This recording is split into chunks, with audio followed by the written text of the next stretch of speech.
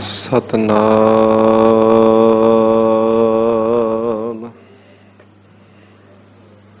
ਸ੍ਰੀ ਵਾਹਿਗੁਰੂ ਸਾਹਿਬ ਜੀ।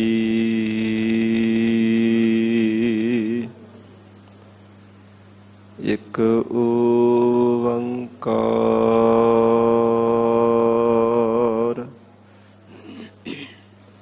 ਸਤਨਾਮ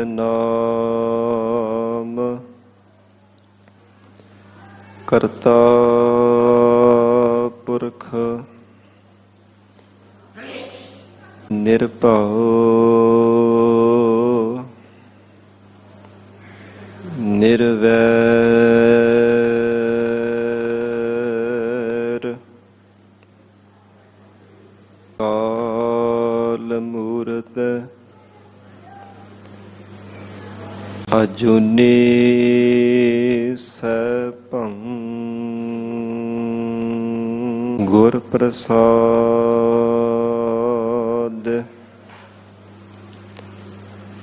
ਜਪ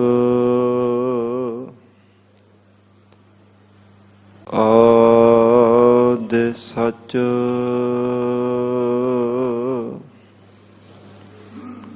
ਜੁਗਾਦ ਸਚ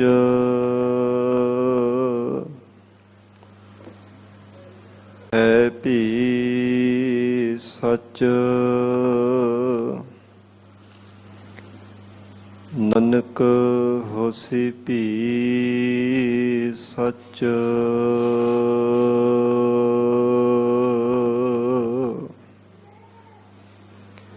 ਤੂੰ ਮੇਰੋ ਮੇਰ ਪਰਬਤ ਸੁਆਮੀ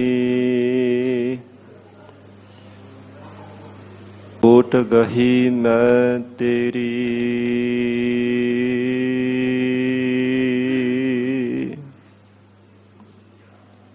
ਨਾ ਤੁਮ ਡੋਲਹੁ ਨਾ ਹਮ ਗਿਰਤੇ ਰੱਖ ਲੀਨੀ ਹਰ ਮੇਰੀ।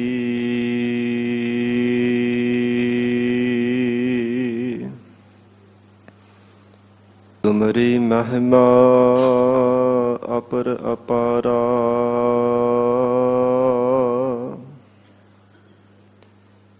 ਜਾ ਕਾ ਲਹਿਓ ਨਾ ਕਿਨਹੁ ਪਾਰਾ।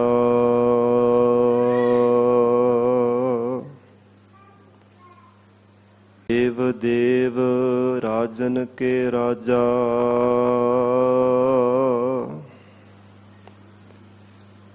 ਦੀਨ ਦਇਆਲ ਗਰੀਬ ਨਿਵਾਜਾ।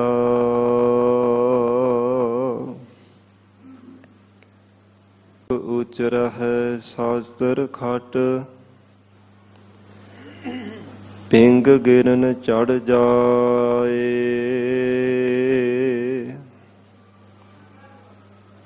ਅੰਧ ਲਖੈ ਬਦਰੋ ਸੁਣੈ ਜੋ ਕਾਲ ਕਿਰਪਾ ਕਰਾਏ।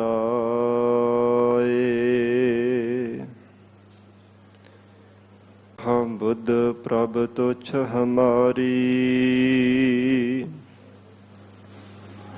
ਬਰਨ ਸਕੈ ਮਹਿਮਾ ਜੋ ਤਿਹਾਰੀ।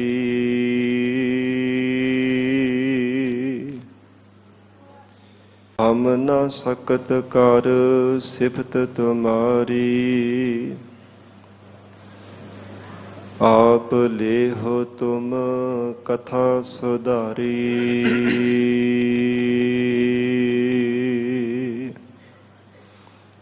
ਹਮ ਨ ਸਕਤ ਕਰ ਸਿਫਤ ਤੁਮਾਰੀ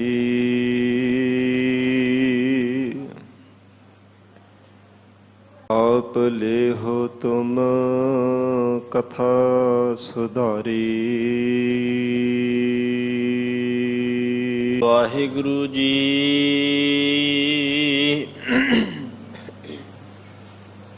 ਸਤਨਾਮ ਸ੍ਰੀ ਵਾਹਿਗੁਰੂ ਸਾਹਿਬ ਜੀ।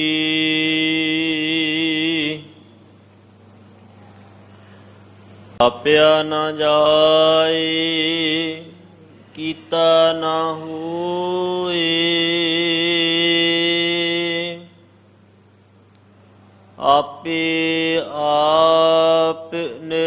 ਨਿਰੰਜਨ ਸੋਏ। ਥਾਪਿਆ ਨਾ ਜਾਏ, ਕੀਤਾ ਨਾ ਹੋਏ। ਆਪੇ ਆਪ ਨਿਰੰਜਨ ਸੋਏ। ਜਿਨ ਸੇਵਿਆ ਤਿਨ ਪਾਇਆ ਮਾਨ। ਨਾਨਕ ਗਾਵੀਐ ਗੁਣੀ ਨਿਧਾਨ। ਥਾਪਿਆ ਨਾ ਜਾਏ, ਕੀਤਾ ਨਾ ਹੋਏ। ਵਾਹਿਗੁਰੂ ਜੀ ਕਾ ਖਾਲਸਾ, ਵਾਹਿਗੁਰੂ ਜੀ ਕੀ ਫਤਿਹ। ਪਤਿਤ ਪਾਵਨ ਭਗਤ ਵਛਲ, ਅੰਤਰਜਾਮੀ ਕਰੁਣਾ ਨਿਧਾਨ, ਗੁਰੂ ਗਰੀਬ ਨਵਾਜ। ਕਲਯੁਗ ਕੇ ਤਾਰਨ ਹਾਰੇ ਸ਼ਬਦ ਗੁਰੂ ਸਾਹਿਬ ਸਤਿਗੁਰੂ ਧੰਨ ਧੰਨ ਸ੍ਰੀ ਗੁਰੂ ਗ੍ਰੰਥ ਸਾਹਿਬ ਮਹਾਰਾਜ ਸੱਚੇ ਪਾਤਸ਼ਾਹ ਜੀ ਦੀ ਪਾਵਨ ਪਵਿੱਤਰ ਹਜ਼ੂਰੀ ਅੰਦਰ ਸੱਜ ਬੈਠੇ ਗੁਰੂ ਖਾਲਸਾ ਸਾਧ ਸੰਗਤ ਜੀਓ। ਸਤਿਗੁਰੂ ਜੀ ਦੀ ਅਪਾਰ ਬਖਸ਼ਿਸ਼ ਦਾ ਸਦਕਾ ਅੰਮ੍ਰਿਤ ਵੇਲੇ ਤੋਂ ਮਹਾਰਾਜ ਸੱਚੇ ਪਾਤਸ਼ਾਹ ਜੀ ਦੀ ਪਾਵਨ ਹਜ਼ੂਰੀ ਅੰਦਰ ਦੀਵਾਨ ਸਜੇ ਸਨ। ਸਜੇ ਹੋਏ ਦੀਵਾਨਾਂ ਅੰਦਰ ਆਪ ਸਰਬਤ ਸੰਗਤਾਂ ਹਾਜ਼ਰੀਆਂ ਭਰ ਕੇ ਲਾਹੇ ਪ੍ਰਾਪਤ ਕਰ ਰਹੇ ਹੋ। ਅੰਮ੍ਰਿਤਮਈ ਪਾਵਨ ਗੁਰਬਾਣੀ ਦੇ ਜਾਪ, ਅੰਮ੍ਰਿਤਮਈ ਗੁਰਬਾਣੀ ਦਾ ਰਸ ਪਿੰਨਾ ਕੀਰਤਨ ਆਪ ਸੰਗਤਾਂ ਨੇ ਸਰਵਣ ਕੀਤਾ ਹੈ।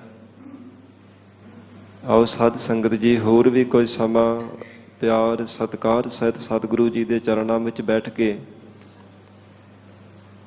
ਗਰੀਬ ਨਵਾਜ ਸਤਿਗੁਰੂ ਜੀ ਦੀ ਪਾਵਨ ਇਲਾਹੀ ਬਾਣੀ ਧੰਨ ਸ੍ਰੀ ਗੁਰੂ ਗ੍ਰੰਥ ਸਾਹਿਬ ਮਹਾਰਾਜ ਜੀ ਦੀ ਲੜੀਵਾਰ ਕਥਾ ਦੇ ਨਾਲ ਜੁੜ ਕੇ ਲਾਹੇ ਪ੍ਰਾਪਤ ਕਰੀਏ। ਜਪਜੀ ਸਾਹਿਬ ਪਵਿੱਤਰ ਬਾਣੀ ਦੀ ਜੋ ਵਿਚਾਰ ਚੱਲ ਰਹੀ ਹੈ, ਸਾਧ ਸੰਗਤ ਜੀ ਸ਼ਰਧਾ ਭਾਵਨਾ ਨਾਲ ਗੁਰੂ ਚਰਨਾਂ ਬੈਠ ਕੇ ਸਰਵਣ ਕਰੀਏ। ਗਰੀਬ ਨਵਾਜ ਧੰਨ ਸਤਿਗੁਰੂ ਸ੍ਰੀ ਗੁਰੂ ਨਾਨਕ ਦੇਵ ਸਾਹਿਬ ਮਹਾਰਾਜ ਸੱਚੇ ਪਾਤਸ਼ਾਹ ਜਿਵੇਂ ਸਿੱਧਾਂ ਦੇ ਨਾਲ ਸਵਾਲ ਜਵਾਬ ਹੋ ਰਹੇ ਹੈ, ਸੁਮੇਰ ਪਰਬਤ ਤੇ ਜਿਵੇਂ ਬਾਰ-ਬਾਰ ਸਿੱਧ ਸਵਾਲ ਕਰਦੇ ਨੇ, ਮਹਾਰਾਜ ਸੱਚੇ ਪਾਤਸ਼ਾਹ ਯੋਗ ਉੱਤਰ ਦੇ ਕਰਕੇ ਸ਼ੰਕਿਆਂ ਭਰਮਾਂ ਦੀ ਨਿਵਰਤੀ ਕਰਦੇ ਨੇ। ਮਹਾਰਾਜ ਸੱਚੇ ਪਾਤਸ਼ਾਹ ਗਰੀਬ ਨਵਾਜ ਸਤਿਗੁਰੂ ਜੀ ਨੂੰ ਬਾਰ-ਬਾਰ ਜਦੋਂ ਸਵਾਲ ਵਜੋਂ ਬੇਨਤੀਆਂ ਕੀਤੀਆਂ ਹੈ, ਮਹਾਰਾਜ ਪਰਮੇਸ਼ਰ ਰਾਜਾ ਰੂਪ ਹੈ ਤੇ ਜਗਤ ਦੇ ਲੋਕਾਂ ਦੇ ਵਾਂਗ ਦੁਨੀਆ ਦੇ ਜਿਹੜੇ ਰਾਜੇ ਹਨ ਉਹਨਾਂ ਦਾ ਵੀ ਨਾਮ ਸਹਿਜੇ ਸਹਿਜੇ ਭੁੱਲ ਜਾਂਦਾ ਹੈ ਕੋਈ ਸਮੇਂ ਬਾਅਦ, ਤਿਵੇਂ ਪਰਮੇਸ਼ਰ ਦਾ ਨਾਮ ਵੀ ਭੁੱਲ ਜਾਂਦਾ ਹੋਵੇਗਾ। ਮਹਾਰਾਜ ਸੱਚੇ ਪਾਤਸ਼ਾਹ ਨੇ ਬਚਨ ਕੀਤੇ, ਉਹ ਵਾਹਿਗੁਰੂ ਆਪ ਸਦੀਵ ਕਾਲ ਵਾਸਤੇ ਸੱਚਾ ਹੈ, ਫਿਰ ਪਰਮੇਸ਼ਰ ਦਾ ਨਾਮ ਕਿਵੇਂ ਕਿਸੇ ਨੂੰ ਭੁੱਲ ਸਕਦਾ ਹੈ। ਪਰਮਾਤਮਾ ਦਾ ਨਾਮ ਵੀ ਸਦੀਵੀ ਕਾਲ ਵਾਸਤੇ ਸੱਚਾ ਹੈ। ਉਸ ਅਕਾਲ ਪੁਰਖ ਵਾਹਿਗੁਰੂ ਪਰਮੇਸ਼ਰ ਨੂੰ ਭਾਵਨਾ ਦੇ ਨਾਲ ਕੋਈ ਵੀ ਮਾਈ ਭਾਈ ਸਿੱਖ ਸੇਵਕ ਗਾਵਦਾ ਹੈ, ਪਰਮੇਸ਼ਰ ਤਰੁੱਟ ਕਰਕੇ ਜੀਵ ਤੇ ਮਹਾਨ ਬਖਸ਼ਿਸ਼ਾਂ ਕਰਦਾ ਹੈ। ਜਦੋਂ ਮਹਾਰਾਜ ਸੱਚੇ ਪਾਤਸ਼ਾਹ ਜੀ ਨੇ ਇਹ ਉਪਦੇਸ਼ ਦਿੱਤਾ, ਫਿਰ ਕਹਿੰਦੇ ਜੀ, ਹੇ ਸਤਿਗੁਰੂ ਜੀ, ਜੋ ਪਰਮਾਤਮਾ ਹੈ, ਜਿਵੇਂ ਜਗਤ ਅੰਦਰ ਰਾਜੇ ਬਾਦਸ਼ਾਹ ਗੱਦੀ ਨਸ਼ੀਨ ਹੋਇਆ ਕਰਦੇ ਹੈ, ਉਹ ਪਰਮੇਸ਼ਰ ਕਿਸੇ ਦਾ ਥਾਪਿਆ ਹੋਇਆ ਹੈ ਕਿ ਨਹੀਂ। ਇਹ ਪੰਜਵੀਂ ਪੌੜੀ ਦੇ ਅੰਦਰ ਸਾਧ ਸੰਗਤ ਜੀ ਸਿੱਧਾਂ ਨੇ 6 ਸਵਾਲ ਕੀਤੇ ਨੇ ਮਹਾਰਾਜ ਸੱਚੇ ਪਾਤਸ਼ਾਹ ਜੀ ਨੂੰ। ਪਹਿਲਾਂ ਕਹਿੰਦੇ ਹਨ ਕਿ ਪਰਮਾਤਮਾ ਨਾਦੀ ਹੈ ਕਿ ਬਿੰਦੀ ਹੈ, ਫਿਰ ਸੁਤੰਤਰ ਹੈ ਕਿ ਪਤੰਤਰ ਹੈ, ਮਾਇਆ ਮੈਲ ਸਹਿਤ ਹੈ ਕਿ ਸ਼ੁੱਧ ਸਰੂਪ ਹੈ। ਇਹ 6 ਸਵਾਲ ਸਤਿਗੁਰਾਂ ਨੂੰ ਕੀਤੇ ਹੈ ਤੇ ਮਹਾਰਾਜ ਸੱਚੇ ਪਾਤਸ਼ਾਹ ਜੀ ਗਰੀਬ ਨਵਾਜ ਸਤਿਗੁਰੂ ਜੀ ਨੇ ਇਸ ਪੰਜਵੀਂ ਪੌੜੀ ਦੇ ਅੰਦਰ ਸਾਧ ਸੰਗਤ ਜੀ ਸਿੱਧਾਂ ਦੇ ਮਨਾਂ ਦੇ ਸ਼ੰਕੇ ਨਿਵਰਤ ਕੀਤੇ ਹੈ। ਔਰ ਦੂਸਰੇ ਅਰਥ ਦੇ ਅੰਦਰ ਜਦੋਂ ਸਿੱਖਾਂ ਨੇ ਮਹਾਰਾਜ ਸੱਚੇ ਪਾਤਸ਼ਾਹ ਜੀ ਨੂੰ ਬੇਨਤੀ ਕੀਤੀ ਗਰੀਬ ਨਵਾਜ ਸਤਿਗੁਰਾਂ ਨੇ ਪਰਮਾਰਥ ਦੇ ਰਸਤੇ ਤੇ ਚੱਲਣ ਦੀ ਉਪਦੇਸ਼ ਬਖਸ਼ਿਸ਼ ਕੀਤਾ ਹੈ। ਇਉਂ ਗਰੀਬ ਨਵਾਜ ਸਤਿਗੁਰੂ ਜੀ ਉਪਦੇਸ਼ ਦੇ ਰਹੇ ਹੈ। ਭਾਵਨਾ ਦੇ ਨਾਲ ਬੈਠ ਕੇ ਸਰਵਣ ਕਰੀਏ। ਵਿਚਾਰ ਦੀ ਪ੍ਰਾਰੰਭਤਾ ਤੋਂ ਪਹਿਲਾਂ ਸਤਿਗੁਰੂ ਜੀ ਨੂੰ ਪਿਆਰ ਸਹਿਤ ਸੀਸ ਝੁਕਾਵੋ ਜੀ। ਕਰੋ ਰਸਨਾ ਪਵਿੱਤਰ। ਸਤਨਾਮ ਸ੍ਰੀ ਵਾਹਿਗੁਰੂ ਸਾਹਿਬ ਜੀ। ਸਤਨਾਮ ਸ੍ਰੀ ਵਾਹਿਗੁਰੂ ਸਾਹਿਬ ਜੀ। ਨਾ ਜਾਏ।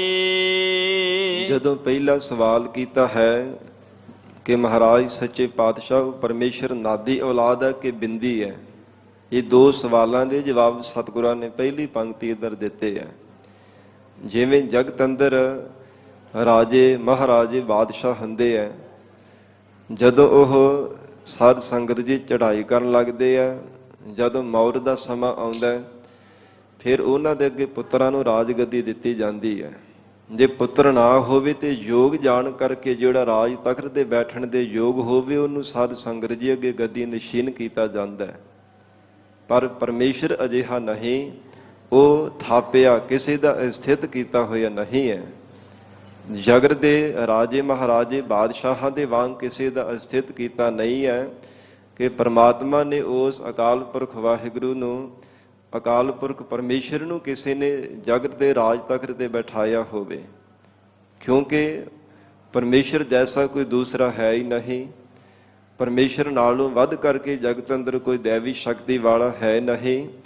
ਫਿਰ ਪਰਮਾਤਮਾ ਨੂੰ ਕਿਵੇਂ ਕੋਈ ਹੁਕਮ ਕਰਕੇ ਸੰਸਾਰ ਦੇ ਅੰਦਰ ਰਾਜ ਤਖਤ ਤੇ ਬਿਠਾ ਸਕਦਾ ਹੈ।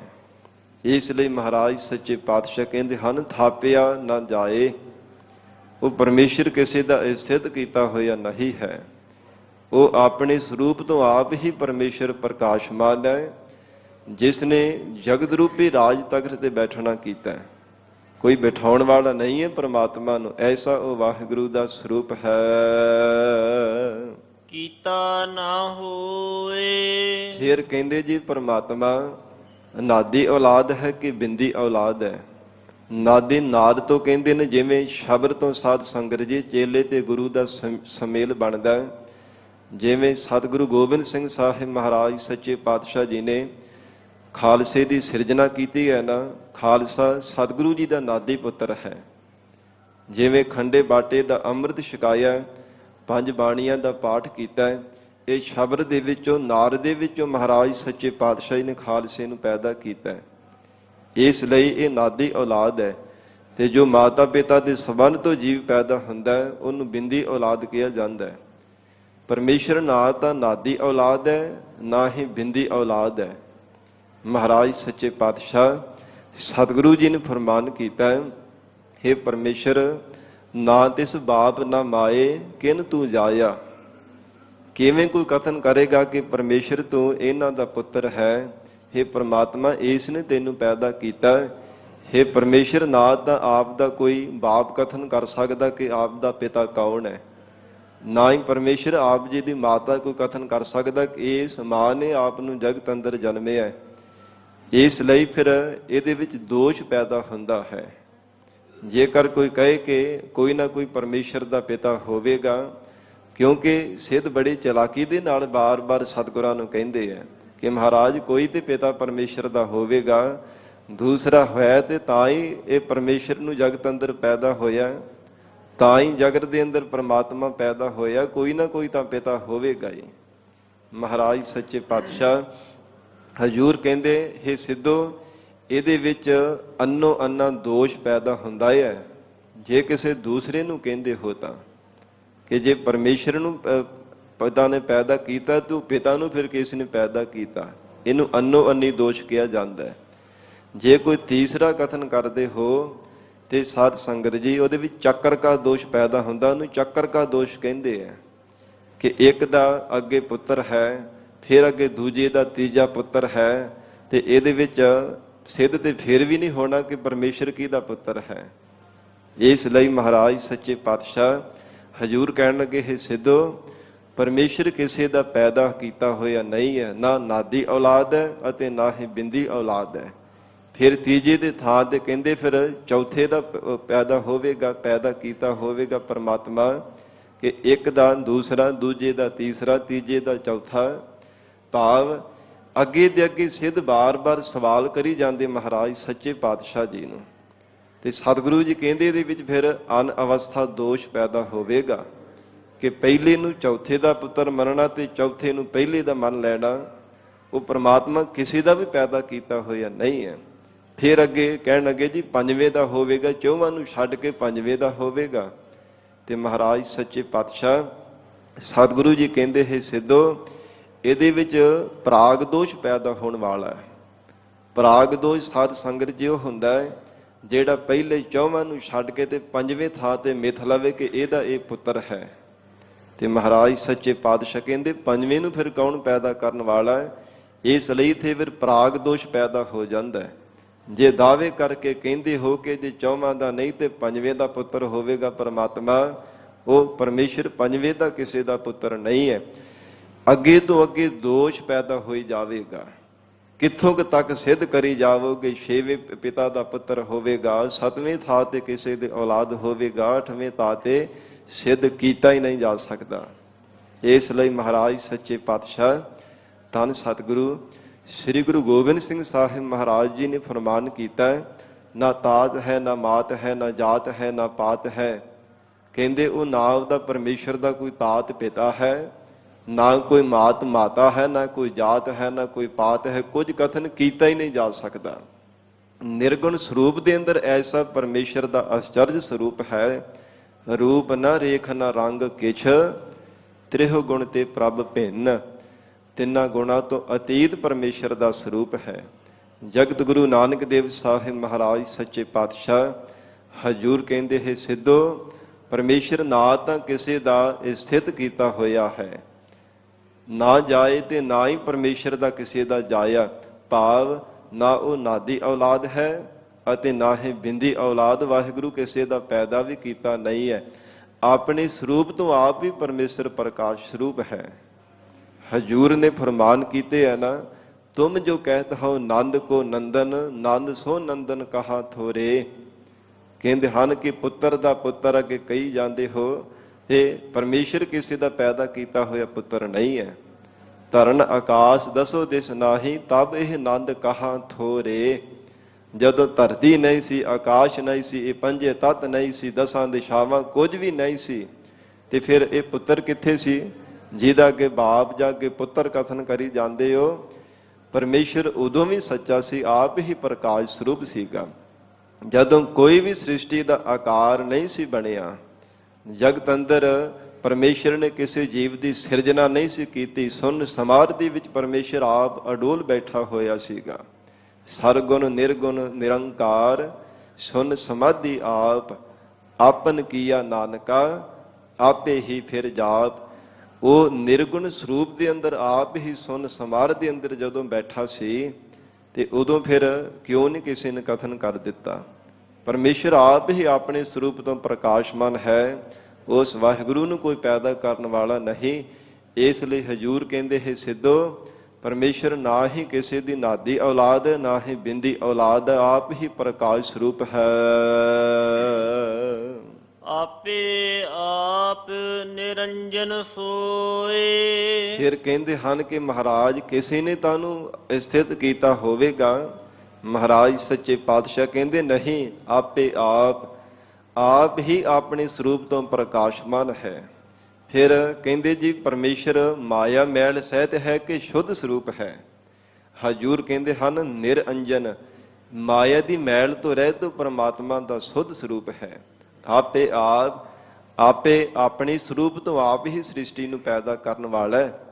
ਜਗਤ ਜਿਹੜਾ ਹੈ ਰੰਗਾਂ ਰੰਗਾਂ ਦੇ ਆਪਣੇ ਸਰੂਪ ਤੋਂ ਆਪ ਹੀ ਵਾਹਿਗੁਰੂ ਨੇ ਮਾਇਆ ਪੈਦਾ ਕੀਤੀ ਹੈ। ਹਜੂਰ ਨੇ ਅੱਗੇ ਬਚਨ ਆਉਣੇ ਹੈ, ਰੰਗੀ ਰੰਗੀ ਭਾਂਤੀ ਕਰ ਕਰ ਜਿਨਸੀ ਮਾਇਆ ਜਿਨ ਉਪਾਈ। ਰੰਗਾਂ ਰੰਗਾਂ ਦੀ ਤਰ੍ਹਾਂ ਤਰ੍ਹਾਂ ਦੀ ਪਰਮੇਸ਼ਰ ਨੇ ਮਾਇਆ ਪੈਦਾ ਕੀਤੀ ਹੈ। ਫਿਰ ਐਸਾ ਉਹ ਪਰਮਾਤਮਾ ਦਾ ਸਰੂਪ ਹੈ ਨਿਰੰਜਨ ਸੋਏ। ਰੱਤਾ ਭਾਵ ਵੀ ਮਾਇਆ ਦੀ ਉਹ ਪਰਮਾਤਮਾ ਦੇ ਅੰਦਰ ਵਿਲੇਪਤਾ ਨਹੀਂ ਹੈ। ਥੋੜਾ ਜਿੰਨਾ ਵੀ ਉਹ ਮਾਇਆ ਦੇ ਵਿੱਚ ਲੁਪਾਏ ਮਨ ਨਹੀਂ। ਜਿਸ ਪਰਮੇਸ਼ਰ ਨੇ ਆਪ ਹੀ ਜਗਤ ਦੀ ਉਤਪਤੀ ਕੀਤੀ ਹੈ, ਰੰਗਾ ਰੰਗ ਦੀ ਮਾਇਆ ਪੈਦਾ ਕੀਤੀ ਹੈ। ਸਭ ਜੀਵਾਂ ਦੇ ਅੰਦਰ ਪਰਮੇਸ਼ਰ ਆਪ ਵਰਤ ਰਿਹਾ ਹੈ, ਪਰ ਆਪ ਸ਼ੁੱਧ ਸਰੂਪ ਹੈ।